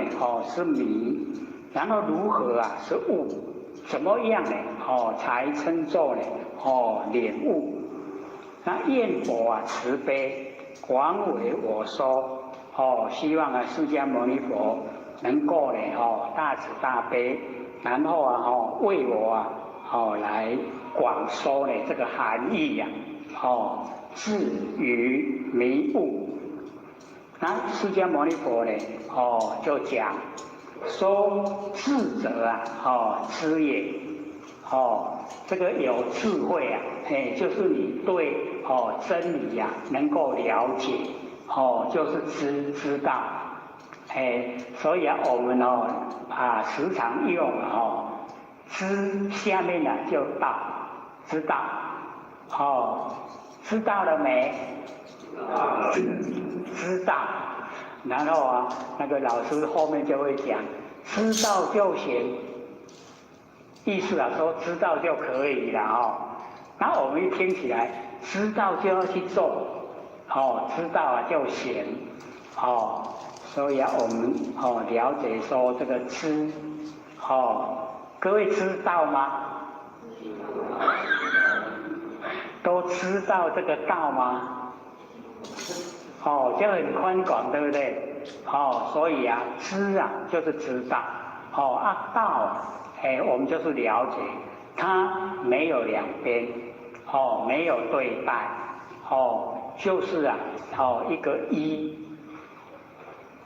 我们知道一吗？我们不生不灭的佛性本体就是一，知得一万事毕。我们知道一就可以万事万象都毕业了，都已经回到本源，所以这个知就很重要。可是我们对凡尘很多呢都是颠倒，佛就用常那个乐我见来问我们众生，所以我们知道常吗？就是我们常住真心。可是我们众生呢，尤其末法众生，知道这个常住真心真的很少，都不知道。知道有心，可是那个心是我们生活在用，生活用呢都是生命，都是世心那个不是呢真的心。那乐，我们凡尘认为的乐有苦相对大，所以乐的后面它就跟着苦，所以那个不是真乐。然后我们认为身体就是我。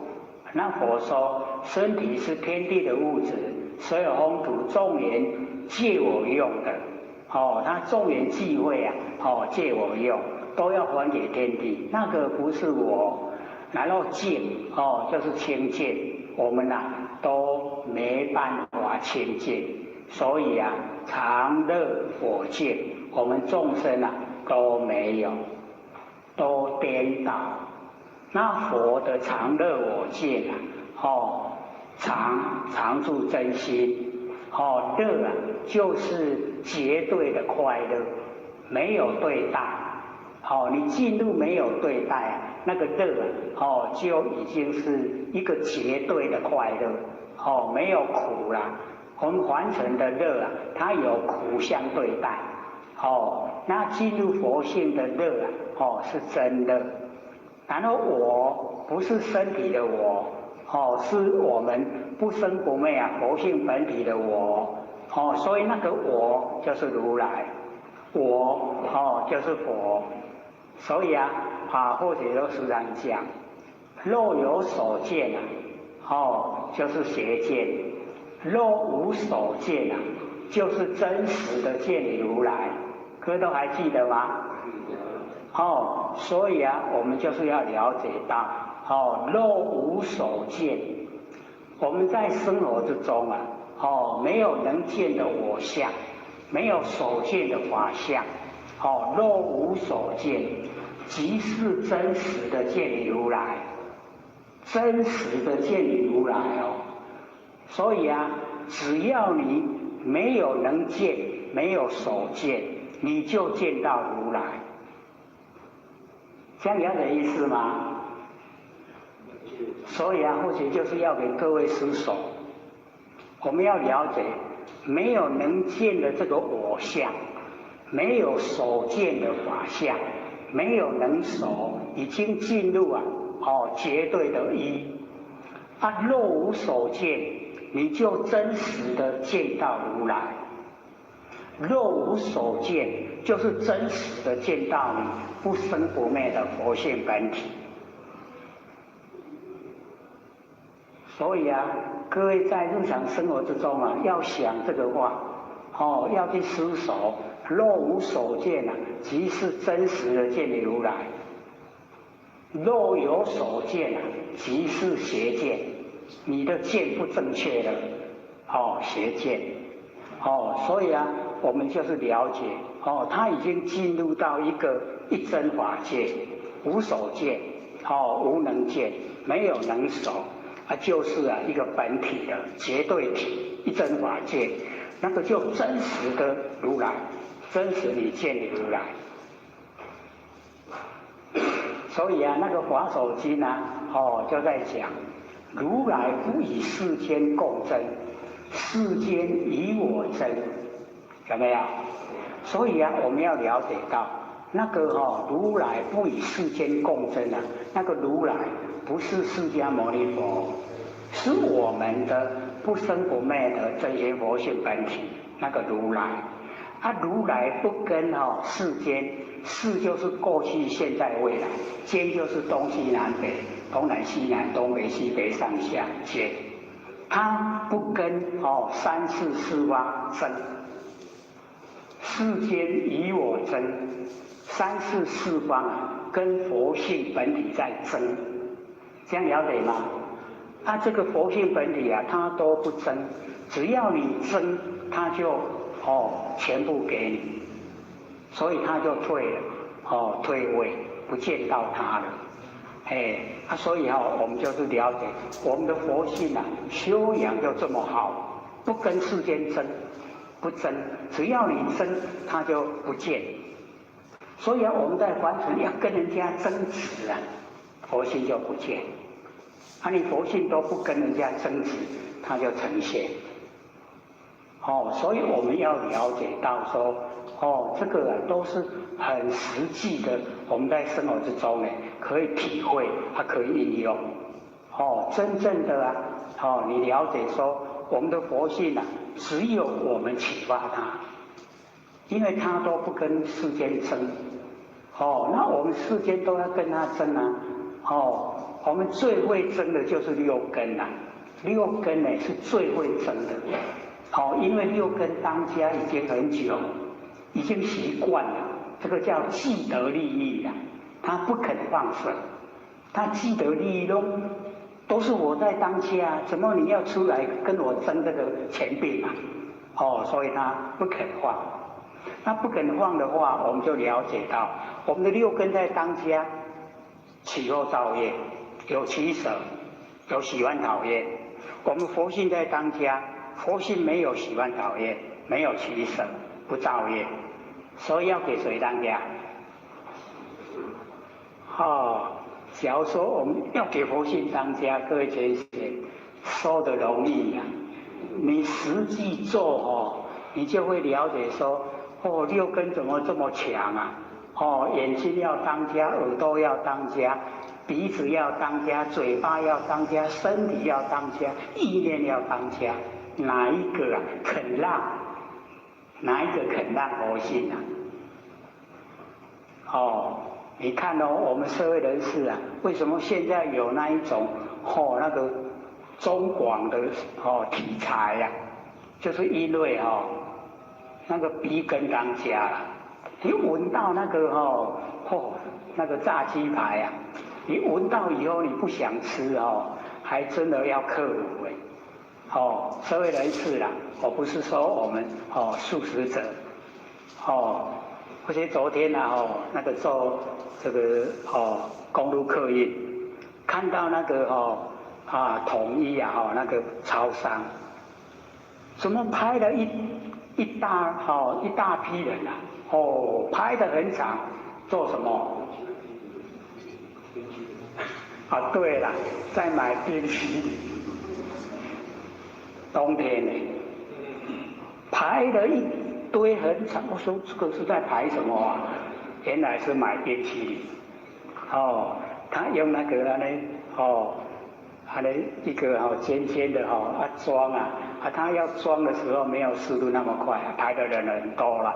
我这些人，那买到以后就坐了椅子就吃冰淇淋了。现在好像蛮流行的所以我们就了解你看到了，大概你也舍不得让你的嘴巴闲着。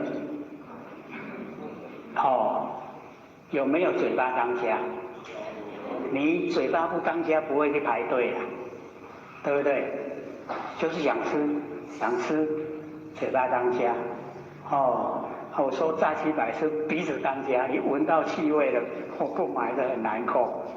所以吃了以后或者都讲，那个外国进来的那一种炸鸡排它都是那个是生长激素它一送整个货柜送到我们台湾来，那个整个里面那个生长激素都还在他的体内，结果他就卖给我们吃了。我们吃了以后在我们体内生长激素让我们一直在体内生长。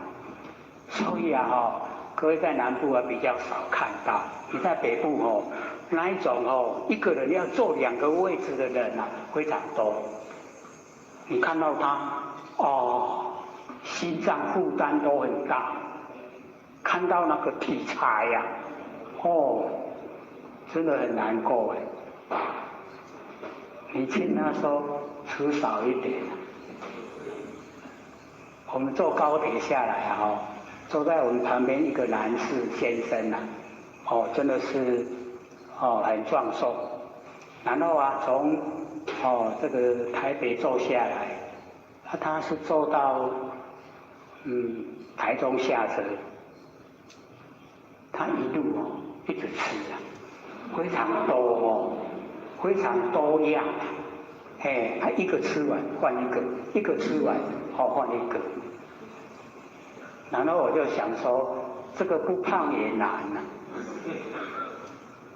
一直吃哪会不胖？都一直吃。不是同样，是很多样。吃一个再换一个，吃一个再换一个。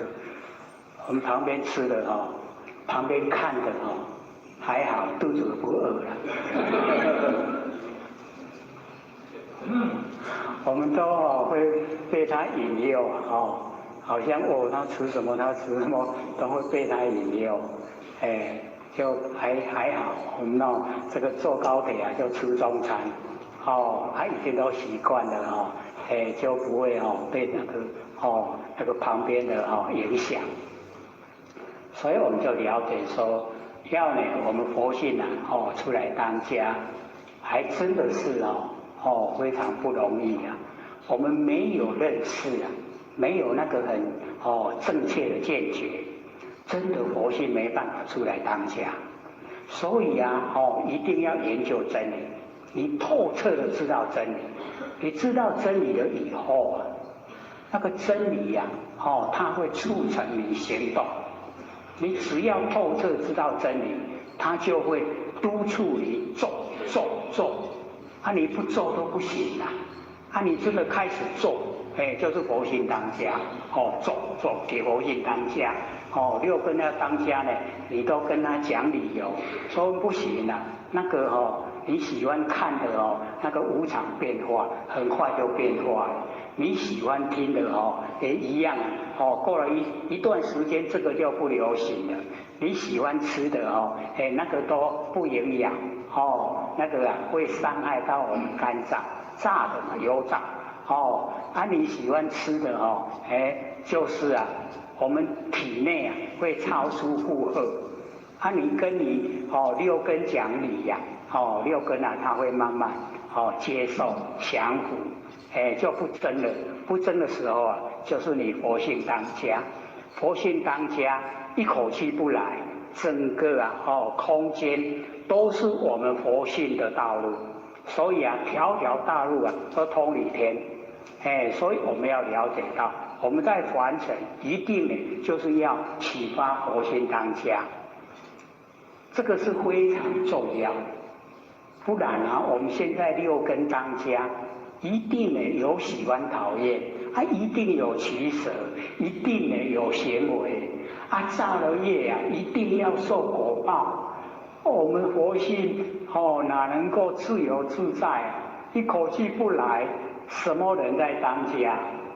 我们的业力当家。他推你到什么地方去你没有拒绝的余地，你一定要服从。推你到哪里你就到哪里到哪里现象你就是要现象不能说不，我不要去那个地方太苦了。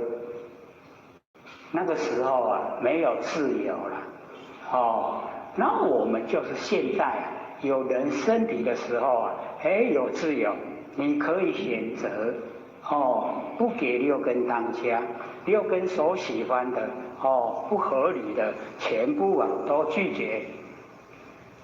你看这个要培养多久的时间呐？才能够真的呈现？一定呢，就是不要自我放弃呀，要督促自己。所以啊，这个智者知也，这个知啊，就是要知道整个我们真理世界真理的状态所以啊，凡尘的所有一切啊，都是无常变化，要知道无常变化，不要被它迷惑被它迷惑了，因为迷惑了，我们就会造业，因为造业就要受苦，这个是一定它不会改变所以啊，我们不要迷惑，也不要造业，就不会受苦就可以啊自我解脱，已经解脱了都没有烦恼。所以啊，我们了解到烦恼啊是我们自己造出来的然后烦恼业就是啊不理想要受苦我们不烦恼啊，不这个造业所以啊，这个知也智者知也。那么智人呐有智慧的人知道啊有佛道可修这个是最理想有智慧的人知道呢就是可以成佛知道啊可以成道有佛有道可以修可以到达，这个就是啊有智慧所以我们呐在凡尘时间都不多，不过100年而已啦，很快啊，一转眼或者都想71了，才记得20几岁啊都已经到71了，还可以再一个71吗？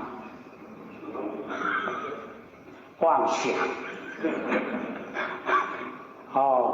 所以啊，我们看看凡尘，只要到了年岁啊所有器官啊都退化，行为啊就很迟缓所以啊，我们看人家在走路啊手一直抖，脚一直抖，然后要上下车都很慢，那个司机很无奈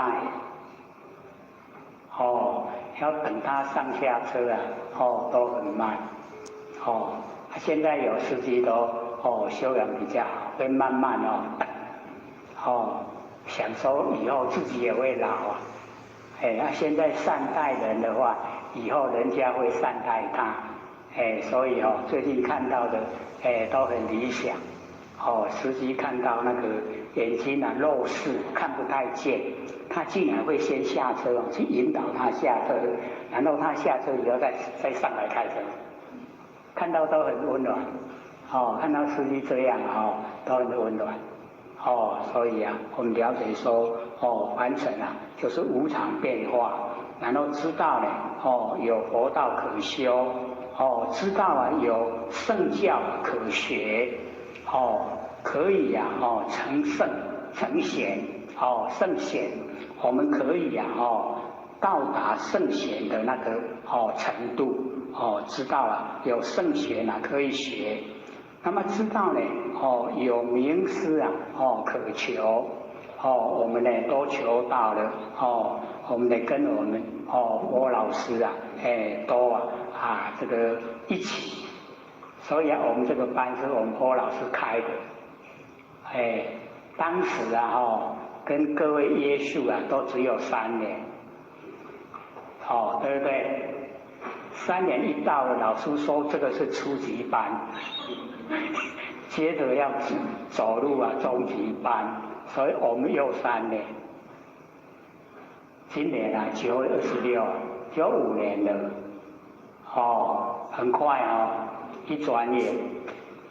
那后学啊都在讲说我们金刚经讲完呢，讲维摩诘经，那维摩诘经啊在后学讲经说法里面是觉得它最难讲，因为它的程度很高，可是啊我们既然承诺了就要收，然后我们维摩诘经讲完了，还有时间的话我们讲涅盘经，涅盘经不是说讲的就涅盘啦哦，那个是说我们真正的知道修道的过程，我们真正的知道哦，那个修道最高是怎么什么情况，什么样子，什么程度，我们都知道以后，对真理的了解啊，真的就透彻。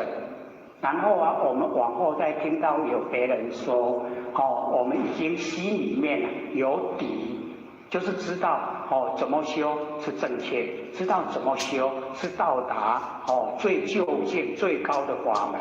那中间的经过是要怎么样经过，就不会再被人家迷惑。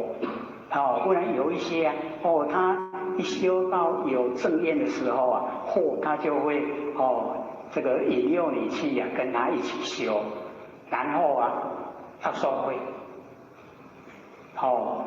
说他那个很难得啊，是手一切手没有的。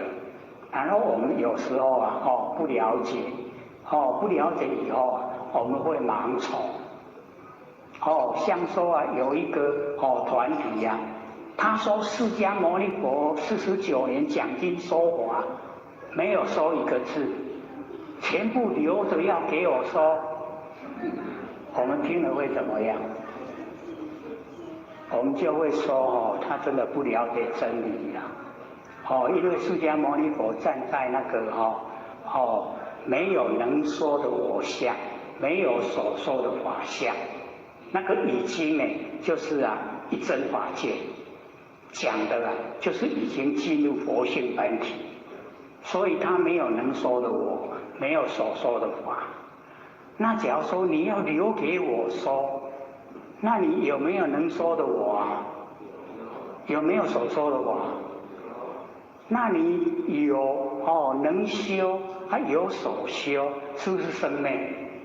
那佛就讲，我示现在凡尘，不教众生生昧法。因为生昧就是六道轮回，我要教众生是脱离苦海，不教六道轮回。所以我们就是要了解到，你了解真理了，人家讲的不合理的时候你就会说，他不知道真理。不然我们附和盲从了，明明不对的货，我们还一直拥护看到真的是会掉眼泪。就像我们凡尘那个盐麻子，我们不是说盐麻子不好了，只是说它的层次不高了。可是你看我们很疯狂30万人去参加那个活动，30万人各位先生，30万人来研究心理心法，我们这个地方坐不下，对不对？你来研究这个可以成道可以成佛，你去参加那个可以成道可以成佛吗？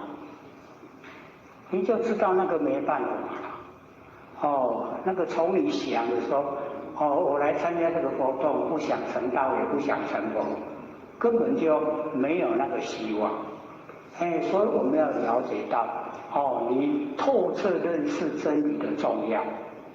你只要认识真理了，它永远都不会变，再怎么久都是真理，会变的就不是真理了。你追求到了一真法界，追求到了实相，追求到如，到如，就是一真法界，一如一切如，进入如里面没有分别。所以我们要了解说，走路一个修到最高的那个程度就是如，如是我闻的如啦。你看我们之前不是都拿如是我闻来看嘛？就是那个如，如就是本体就是我们不生不灭的佛性本体。你看我们本体以后，我们把它用文字就讲如来藏，如来含藏万象万事，如来藏，如来含藏所有凡尘的万象，所有凡尘的万事都在如来含藏之中，就在我们不生不灭的佛性之中。你看我们佛性啊，有多么的广泛，多么的大。可是啊，我们现在都把它局限在我们身体里面，又是多么小，没有把它呢发挥啊，所以我们研究就是要把它发挥，让它整个都呈现。那整个都呈现的时候啊，我们的大用，佛性的大用就会有。那开始啊，你只要努力的做，它呢具备了五眼六通，那个是佛性的功能，自然有，不是我们要去追求神通，不是，它自然具备，自然有，佛性自然有。那为什么我们现在没有？因为我们现在所追求的不是这个方向，我们都追求凡尘的那个名利成就。你追求凡尘的名利成就，佛性的那个功能作用怎么会出来？出不来啊！那你假如说全部都是收回来追求我们佛性的发展，你就会了解说原来佛性有这么奥妙。第一个，你的第六感特别敏锐。你今天会遇到什么人？有什么事？你早上起床以后，你就了了分明。那个就是我们的佛性的功能作用。很敏锐，会知道。当然我们呢不去改变它，它都会呈现。你改变它呢，也改变不了。因为我们要改变便有为法。那个佛性呈现它是无为，无所作为，它不允许你加入你有所作为在里面，都是无为法。那我们要让我们整个佛性的无为法都呈现。它呈现的时候我们就有自然有五眼六通，肉眼、天眼、慧眼、华眼、佛眼、无眼都具备。就在我们的佛性功能作用。今天呢，这个超持讲师特别交代有很多问题要问，要或许留15分钟刚好呢现在只有剩下呢15分钟所以我们这个呢就等待下个礼拜再说。好，那请说。老师这边8个问题，第一个问题是不可以报天路，但是你长虫该如何处理？我们就是了解这个天生万物以养人，我们呢当然是不要暴殄天物。上天给我们东西我们好好的用。那假如说你已经长虫不适合我们人吃的话，我们可以把这些东西就是给下等动物吃，让它能够延续生命。就像我们现在那个都会区的一些那个锁水，就是吃不完的一些那个东西就全部都收集。那收水的时候它就提炼一些就变成肥料所以就变成可以好好利用了。那个都是不暴殄天物，就是把东西好好用就是已经有功德了。我们就是要会怎么样利用这个东西，既然人都不适合吃了，那我看看这个东西要给什么样那个动物来吃那有一些动物它需要它虽然说长虫发芽的，它一样喜欢吃啦所以我们一样不暴殄天物可以给下等动物吃。第二个问题，爸爸不小心摔过，饭洒了一地，应该如何处理？要杀他？什么？饭盘就是饭盘是饭的碗哦，外过的话，那个很容易处理，扫一扫在垃圾桶就好了。里面有饭。哦，有饭哦，那有饭那个饭哦，因为已经摔在地下，我们在吃不适合啦，就拿到收水桶，你可以让吃啊吃，或是让一些现在那个企业家有把那个收水提炼成有机肥料，饭可以另外处理。那一些破碎的那一些瓷器就说扫在垃圾桶就好了。这个不会因为它已经破掉了，不能再用了，就把它这个当垃圾就好了。第三个，空生大水中如海一欧花，欧灭空本，欧灭空本无，是一空的大小泡泡消失。虚空本来是就没有，这样解释似乎太贵。佛系遍满虚空，所以虚空是存在的。为什么将佛系比喻为大？虚空是海中的小泡泡。既然佛系遍满虚空，为什么佛系比较大和虚空比较小？好，因为我们这个观念或许在讲的时候就知道很难接受了。可是这个是文殊菩萨讲，那或许看到的时候就讲说文殊菩萨把我们所有世界的来源怎么样来他都交代就是因为我们迷我们迷了以后才产生虚空因为有虚空才有世界，因为有世界才有众生，因为有众生才造业所以就变成世界、众生、业果三个一直绵延不绝一直在轮回所以以文殊菩萨的那个讲，就是因为我们凡尘的那个虚空才有我们整个地球。那假如说没有这个虚空的话，我们的三河大地不会呈现。没有三河大地我们众生没有地方生活，也不会呈现在凡尘。那没有众生我们不会造业，也没有业果。所以世界众生的业果都是因为迷妄，然后才产生。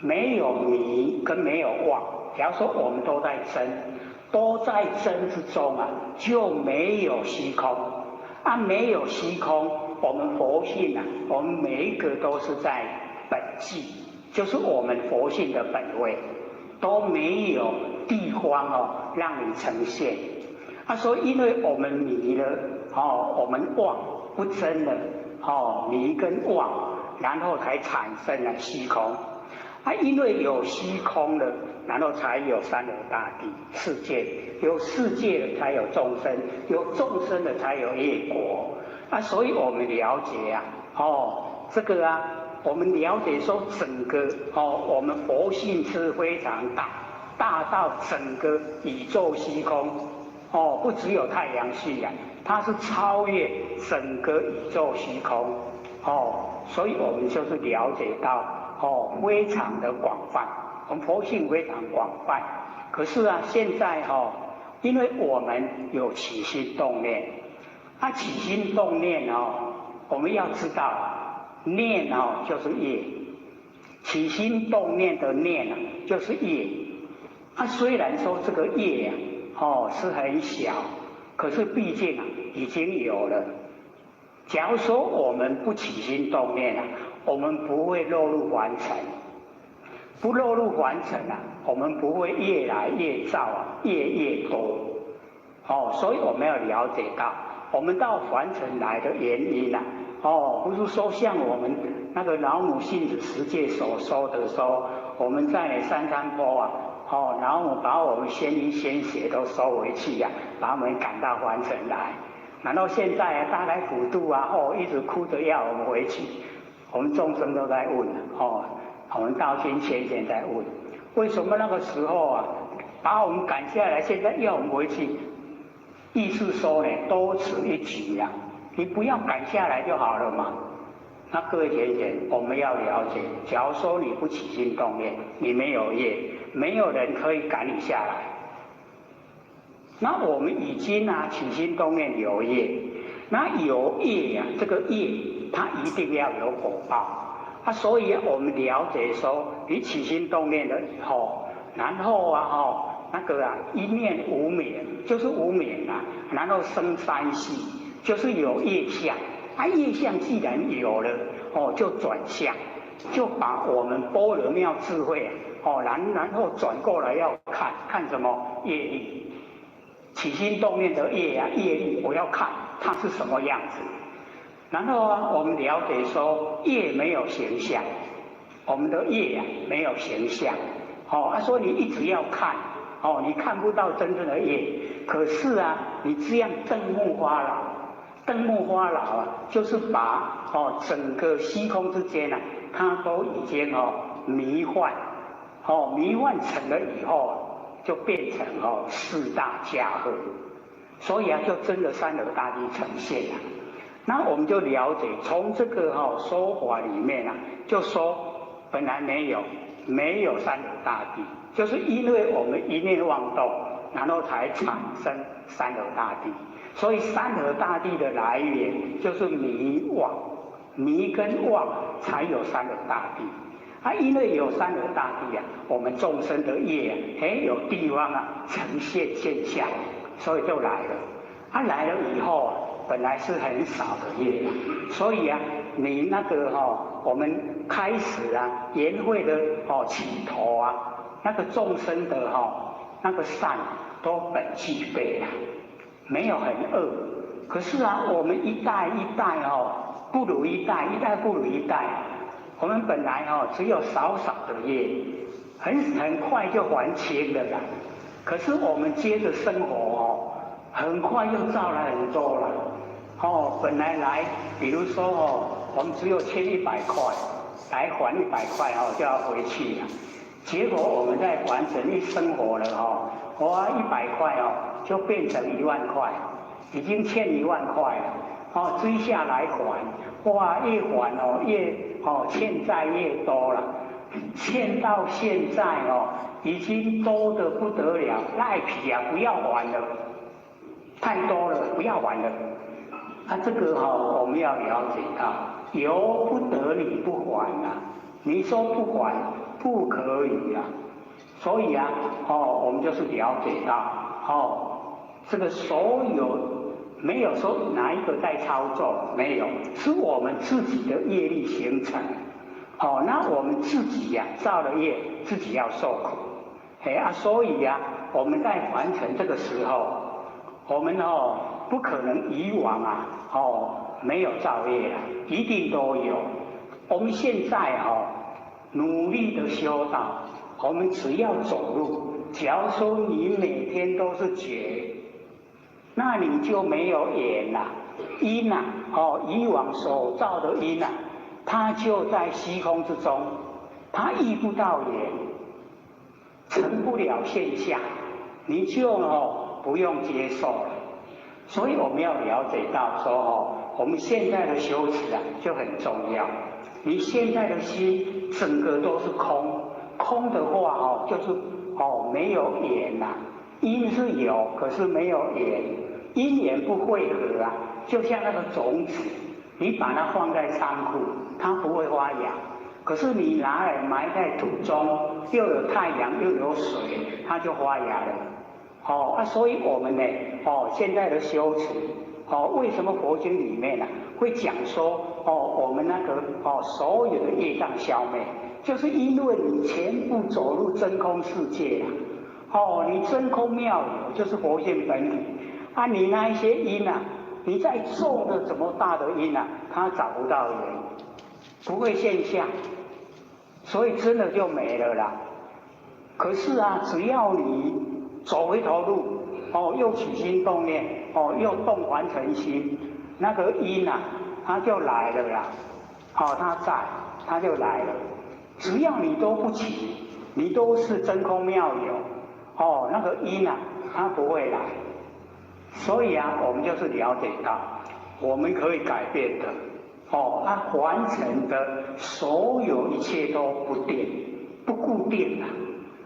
所以我们人可以修成佛成道，我们人啊可以落入三恶道，都是我们人自己呀做的，自己选择啊，你要走什么样的道路，这个就是很重要。我们呢，日常生活你保持觉，你都在觉之中啊，那个因啊，它没办法来，你就不用去接受果报。各位这样了解意思吗？不是说固定的啦。哎呦，我都该有缘，我都爱做业务。那是家己咧爱的，唔好讲。所以就是要了解，凡尘不定，一切都不定。假如说是凡尘都已经定，那我们修道没用啊。你众生就是众生，佛就是佛，一定固定的，不是啦，不定。所以呀，不定我们修道才有效。我们可以呀回归到本位，我们可以呀造三恶道。你选择你要走哪一条道路，你自己呀自重，然后自受。你现在整个像后者讲，你把它都在呢那个觉之中，24个小时都觉，那保证你所有以往的业它不会来，它不会呈现，就怕我们凡尘心又起了，凡尘心起了那个叫缘呐，因已经有了，有缘，因缘汇合了，我们就要去接受了。因缘汇合啊，你不接受也不行，就是已经果报呈现。所以我们就是要了解，虽然我们有那个长寿的因，那我们要有饮食的缘，因缘汇合，我们才能够长寿，对不对？你有长寿的因，可是你现在都这个生活都不正常，那你虽然有长寿的因，它依不到缘，没有办法使你长寿，所以你变成夭寿。所以我们要了解到，缘很重要。你因有了，那个我们没有办法去改变。可是我们在缘，我们可以改变啊。你在凡尘的生活，你可以支配你往后的人生。所以我们现在就是很重要。只要你都按照真理去行持，你再造了怎么大的那个业因它都找不到缘呈现。所以已经消灭了。就是这个意思啦。都在我们自己心决定。我们这个第几个啊？第3个而已可是下课。各位讲师、各位讲师、各位坛子、各位贤贤，大家好。不学三道天师的老先贤大德，以及感谢各位贤贤给或学机会学讲。我们讲到这个43章，智语迷悟，就是有智慧跟愚痴那个迷悟，就4个，这个文殊菩萨所问的啦，这个什么呢？叫做智，什么叫迷？什么叫愚？什么叫悟？这个佛呢就回答说我们呢这个有智慧的话，就是呢知道有佛道可修，就是能够呢这个修道，能够修道就能够脱离苦海。这个呢在凡尘是有智慧才会做，有智慧呢就会选择。那我们了解说，我们整个这个世界的潮流所追求呢，就是名跟利，都是现象的，等于呢要他来追求，这个修道了解真理呀，可以说，不入流，好像不进入正确的轨道。可是我们要了解到，这个凡尘啊，它是苦海无边，我们在凡尘啊所遭遇啊，一切都是苦。那我们怎么样才能够脱苦，把这一些苦啊都免除掉？就是要修道。我们呢为什么会落入凡尘？就是因为我们不知道真理，起心动念，我们有念头才落入凡尘。那现在我们在凡尘所造的业就不只是说那个一念的妄动落入凡尘那么样那个很小很少的业。我们现在呢已经造了蛮多业都已经造了蛮多，那多到我们已经都迷糊了都不知不觉到底自己是有多少的业障那我们要了解那个佛一天修一天里面也是这样讲，说你做了多少业你就要接受多少果报，这个是一定的道理。那我们因为在凡尘业造到已经不知道了那所受的苦也已经很麻痹了都不知道是在受苦所以我们越来不要说那个般若，就是我们智慧也已经都不见了那假如说我们能够万年都放下一念不生，我们可以培养我们的般若妙智慧，这个是最理想它是超越智慧我们讲智慧是凡尘比较能够算是清醒的，头脑很清醒的人会用智慧。那假如说我们已经可以完成的万年放下，就是我们所有的生昧心都已经没有，那这个时候我们的般若妙智慧它会呈现。然后只要我们有般若妙智慧凡尘的一切都了了分明那个是实以佛性所具备的，不是说我们落入凡尘在佛天学来的，不是，是我们自己的佛性所具备的。那只要我们能够放下凡尘的一切我们的那个般若妙智慧它才会呈现。那只要我们呢这个依赖瞌睡用咱真跳那只要是这样的话，就一定没有般若。那个般若不是我们在凡尘可以学得到可以学得来不是的，那是完全都是我们佛性具备。那所以我们只要在凡尘可以把凡尘的生灭心都放下，那么只要生灭心放下，我们就可以产生般若。那我们这个每天都能够放下我们的生灭心，那般若就一天一天回来一天一天增加。那到后来我们就可以整个了了分明。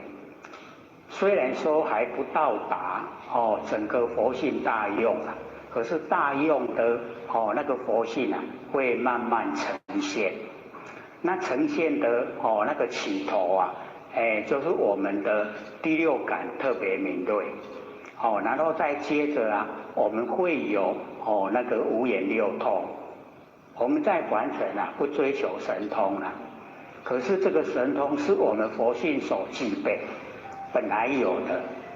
我们因为在凡尘追求的方向不对，所以啊，本来有的不见，它出不来，因为我们都把它压抑啊，把它这个压到呢，这个没办法这个出现。那只要我们肯放掉生灭心，生灭心都肯放掉，没有了，没有生灭心，我们般若就呈现。那般若呈现的时候啊，那个时候我们佛性的五眼六通，它会慢慢呈现，会慢慢出来，自然就有，会很奥妙。所以啊，北部的前贤他已经呢有修到说今天的遭遇，早上啊就会了解到晚上，整天的经过的事情，遇到什么人，早上都会全部知道。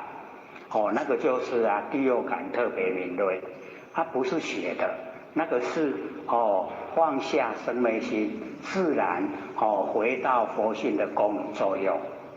所以只要我们肯那个只要我们肯放下生灭心，完成的对待的都放下，只要我们肯这样那我们就慢慢就可以具备我们佛性的大用。那佛性的大用啊，可以转移四天下，就是东胜神州、西牛贺州、南赡我们住的地方呢，南赡部洲还有北俱泸州，可以转这个四天下。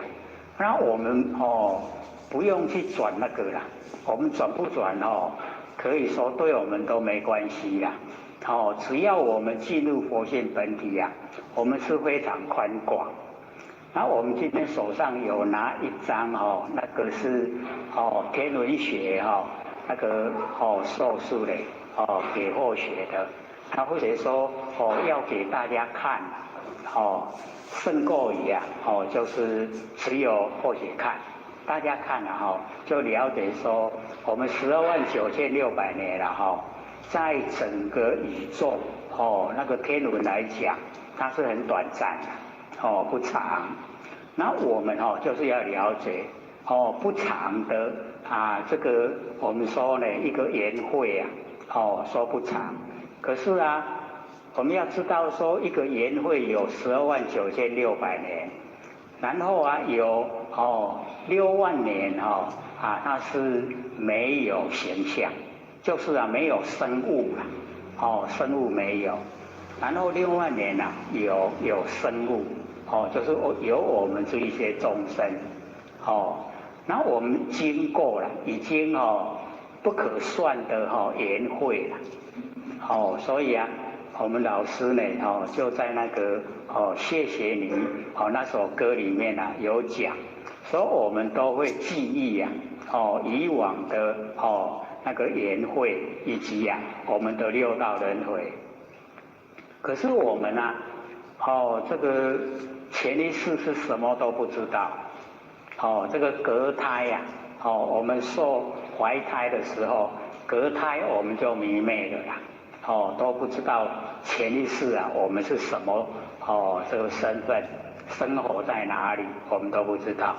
可是我们不要说这个不知道就没有了有都存在，因为我们佛性不生不灭它呢就是被我们这个业带，我们业把它带到这个娑婆世界到这个整个地球，然后在亚洲在中国在台湾然后现在在台南，我们把我们的佛性就带到台南来。各位有没有带来都很亲切都带来了你到哪里就带到哪里，佛性都不会拒绝所以我们了解到我们在凡尘的生活虽然都是呢佛性在主宰，可是我们六道轮回久变成我们六根在主宰。我们现在不知不觉各位贤贤，你是哪一根在主宰你的身体？哪一根？眼根、耳根、鼻根、嘴根、身根，哪一根在主宰？我唔知，都安尼咧生活目睭闭紧啊想要食，然后啊工课做做了暗时啊，骹手洗洗搁困，明仔载搁起来安尼，就一生过了，就这样子吗？一定不是的啦所以我们要了解到，一落入凡尘以后啊，我们可以主宰，我们要往哪个方向，要怎么样的做人，往后啊，身体不在了，我要去哪里？我们在世的时候啊，可以规划，只要我们有很坚定的心，说我要修道，我要成道，我要成佛。只要有种坚定的心呐，那我们朝这个方向努力，自然呢就可以达到我们呢想到的地方所在。那假如说我们没有得到，也没有修到，也没有遇到这个心理心法，那大概我们在六道轮回之中啊，都脱离不了六道轮回那我们要知道说，现在虽然在凡尘可以改变，可是假如说你没有机缘，遇不到善知识，你就呢求不了道，也不知道修道，修道了呢也遇不到呢上乘佛法，修道没有心法，修不成佛啦，所以要知道说，虽然已经有很幸运可以求道，可以修道。那还要具备很幸运的就是听到我们心理心法，能够了解到我们所追求的是超越整个现象，整个现象全部都超越，那我们一般的凡尘从来都没有这个心思啦，想都不想，因为这个呢。毕竟就是追求走了以后不是这个我们凡人所要的，凡人所要的呢都是物质的生活，那我们这个修道完全都把物质抛开，不投入物质我们假如说进入物质的生活，我们会被物质引诱，那被物质引诱我们会贪念凡尘，就会沾了很多的尘垢，凡尘的污垢我们满身都是。那这样的话我们就是了解到脱离不了六道轮回，全部都在六道轮回之中，全部都是这个啦，会很谦虚。比我们这个现场的这个喇叭还要谦虚，都有机关，这个也都是为了要让我们能够了解，因为我们透过这个语言，透过声音，然后让我们真的追求能够到达我们最深的不生不灭佛性本体，所以我们就是要了解到那个很深的佛性本体真的是无底深渊你越追求它越多越深，它越了解的越多你就会知道说我们人真的很渺小，那我们佛性宽广无比像我们这个上个礼拜第3个问题有8个问题只有回答3个，因为第3个问题已经牵涉到我们地球的那个来源，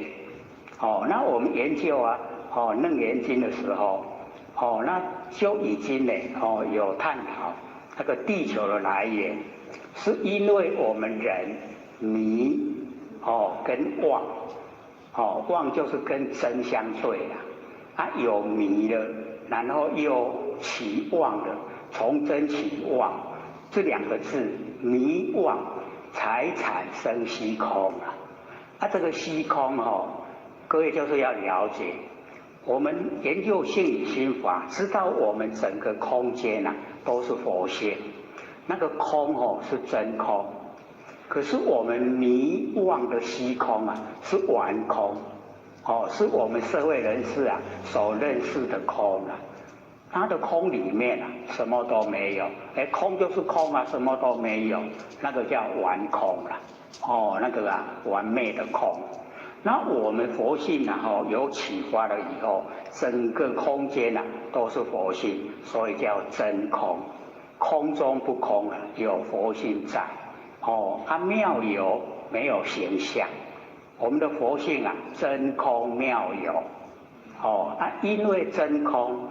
因为空它不落入这个形象，它没有形象就不生灭，没有形象就不变化。所以我们只要进入佛性本体它就没有生灭，没有变化。我们呢就是一定要能够进入所以迷妄以后才有虚空，虚空有了以后才立世界。因空建立世界，那世界有了以后才有众生，众生有了以后才有业果。所以从整个我们佛性那个是非常宽广，宽广到整个宇宙虚空。我们这个是太阳系那我们的佛性是超出整个太阳系。所以假如说我们看佛经，它有呢记载说无量的佛世界，那个无量无边的佛世界我们的佛性都可以到达。看看我们要到哪一个佛世界，只要修正，只要修正成道成佛，你就可以去。那我们最常听到西方极乐世界。东方琉璃世界，南方宝城世界，北方建成世界，只有这东西南北比较常听到。那再接着无量的佛世界真的都不曾听过啦。虽然讲得出来，我们也不认识。那我们知道不是不认识就没有，一样有，只是我们还没有那个程度去到那边。那假如说我们成道了、成佛了，就有资格到无量的佛世界，我们可以去看要到哪个佛世界都可以去。可是我们现在因为都还没有请佛性主宰我们生活啦，所以我们没有办法主宰说我们要到哪个佛世界去没有办法主宰。所以现在呢，我们都被业推，被我们的业力推到现象来现象。我们被业力推来的，不能拒绝啦。推来当人，我们就忍；推来当呢那个三恶道就三恶道，推到呢天道就天道，都是业。善业是天道，恶业三恶道。那我们了解到说，我们可以佛性主宰，所以佛学都一直鼓励我们一定在生活之中，请佛性出来当家。那请佛性当家，我们到有一天一口气不来，我们佛性当家走东往西自由自在，条条大路都通理天。那我们假如说不研究这个性理心法不了解，虽然说有求道了，是很殊胜不错，可是你没有修就没有办法主宰。那现在我们都有启发佛性本体，我们请他出来在日常生活之中当家，那么一口气不来我们就可以主宰自己走东往西。这个是很殊胜的，最殊胜的啦。我们这个听都没听过，听都没听怎么做？你不知道做你怎么可以到达？到不了所以就是要做。你在日常生活各位同学，日常生活请佛性当家，跟请六根当家，哪个容易？大家都知道六根容易，为什么？因为习惯性。假如说我们从一念的妄动落入凡尘，就请佛性当家哦。那我们现在也是很习惯都佛性当家。那佛性当家很快又回去了啦，不再这个苦海流连。我们现在都回不去啊。那为什么回不去？因为六根当家。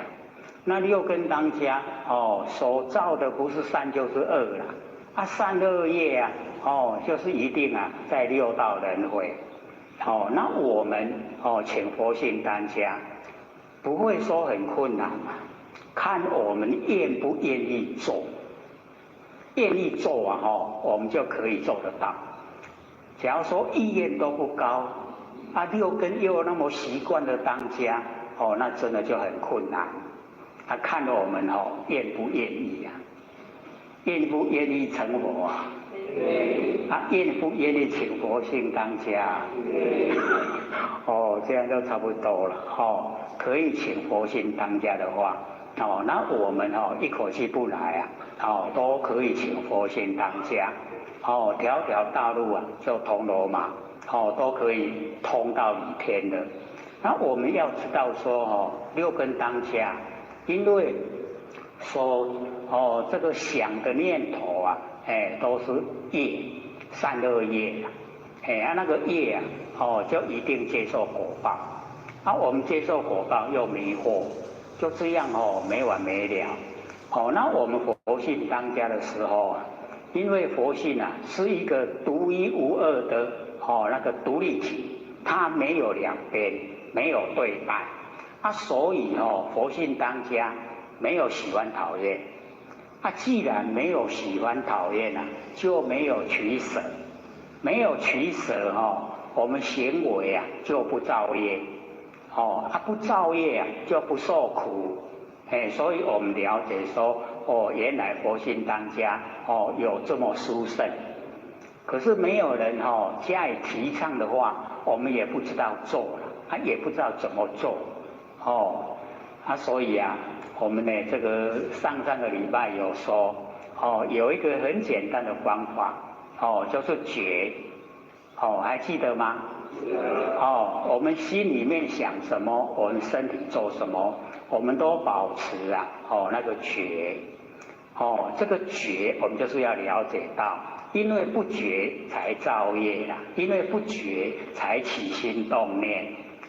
才造了业，才受苦。那假如说我们都是觉，虽然说已经起心动念，可是你在起心动念的那个刹那间，你都知道，说我在起念头了，然后是什么念头，你也都知道。这样的话各位浅显，有这个浅显曾经就这样反映了。说我们人不是每天都是觉吗？也知道心在想什么，也知道身体在做什么，有没有这样？想一想，还真的有一点呢。你心在修，辛苦在走，都知道这样都是觉我说没错。那为什么说这么简单的方法？我说我们下手的时候不要太困难。你下手太困难我们不容易做。那不容易做会把它束诸高阁，不做了。那不做永远都没办法改变的。那从容易做的地方下手，心里在想什么，身体在做什么，很容易。你从这个地方下手。那各位就是要了解到，或许都有试验的。你开始做的时候一天24个小时，你开始做24分钟的时候保证你浑身不舒服。为什么呢？因为我们心放得自由自在都没有去束缚它。这个时候你开始做心在想什么，身体做什么，你都非常注意。这个时候就把你的外放的精神收回来。你做个24分钟你就会觉得很舒服，绑住了啦。都是绑住了。可是各位就不要放弃呀，因为虽然这个时候被绑住啊，觉得说浑身都不自在，可是那个你要熬得过，那个也不困难呐，要想什么做什么都维持啊，那个觉，然后过了一段时间，我们都会养成习惯，这个时候你心在想什么，身体做什么，养成习惯了，心不外放。那不外放了以后，各位要了解，你刚开始做那个心在想什么，身在做什么，都没有受到约束了。可是你做了久了，你自然而然就会把你那个起心动念的内容你就会稍加注意。你稍加注意以后你会发现说，我怎么这样想我怎么起心动念是在想这个你就会去探讨那个内容，然后你有探讨内容以后，你就会有所选择。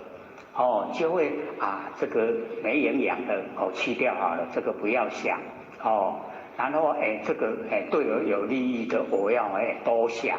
你看已经有选择了，然后经过选择了以后又会深入说这个对我有利益的我有没有实际做所以这个时候你又要求自己做。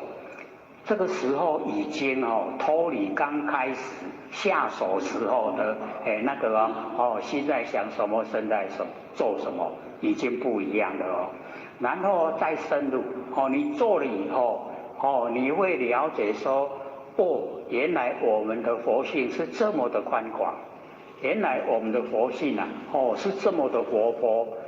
你就会越发现说越追求兴趣就越大。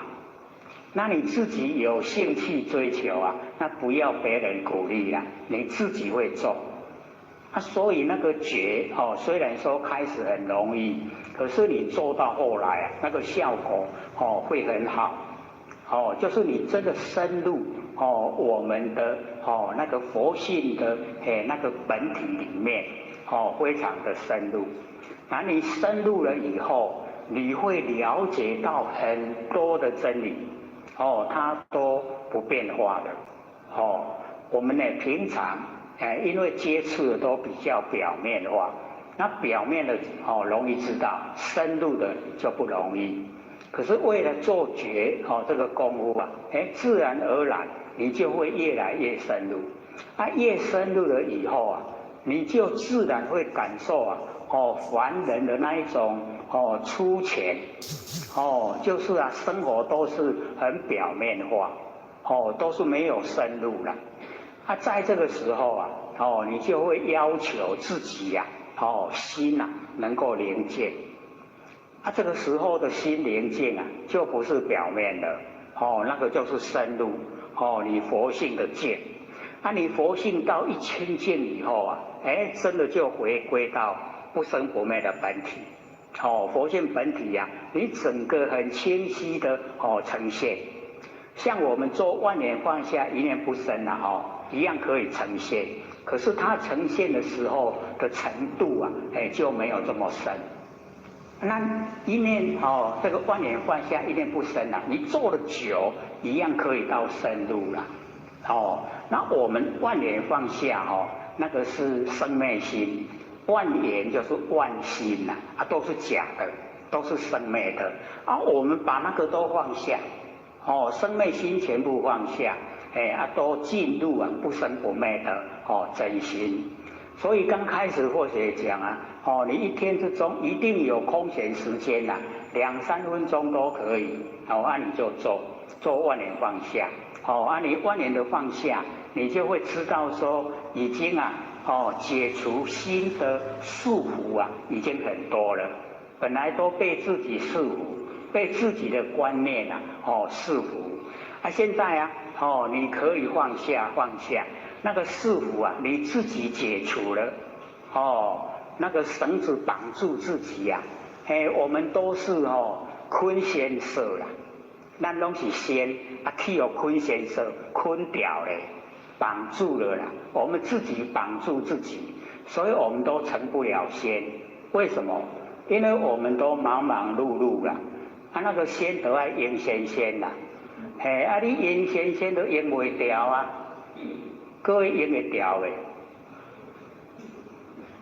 家里整天都没事做的，你坐得住吗？你很忙很累的时候啊，你很欣赏说，当啊这真好。有一天你都没事，你要求自己，我来做一天，做看看，你会腰酸背痛，有的解了那个艰苦。所以啊，你会发现说，原来有事情做的时候啊，多么幸福啊！你事情太多了，你会埋怨有那做不了，事情这么多。你看我们人的毛病还真不少。这个太忙了不行，太空闲了不行。要怎么样？中道。对了，就是要中道。要刚好，我们都可以自己调节的，由佛性来调节，我们自己的生活，所以我们讲说，要怎么样才有智慧，才不落入那个愚痴，就是要了解说，原来我们当的有很多的角度让我们选择，看看我们要走哪一条路。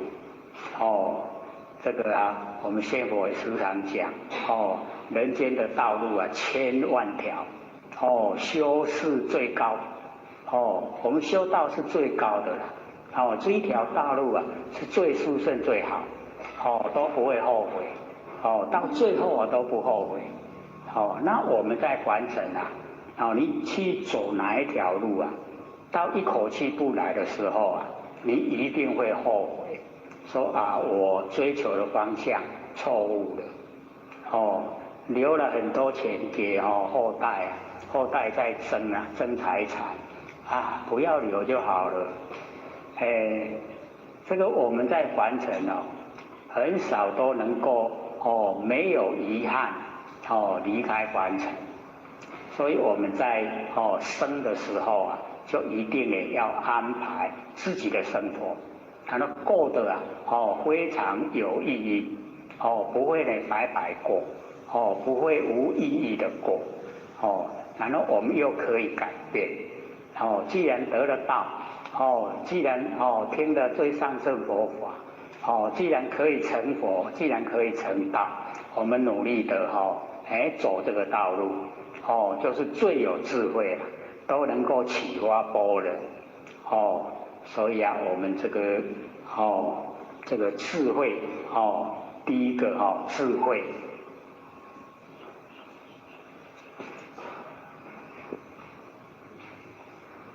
我们今天讲智慧才35分钟，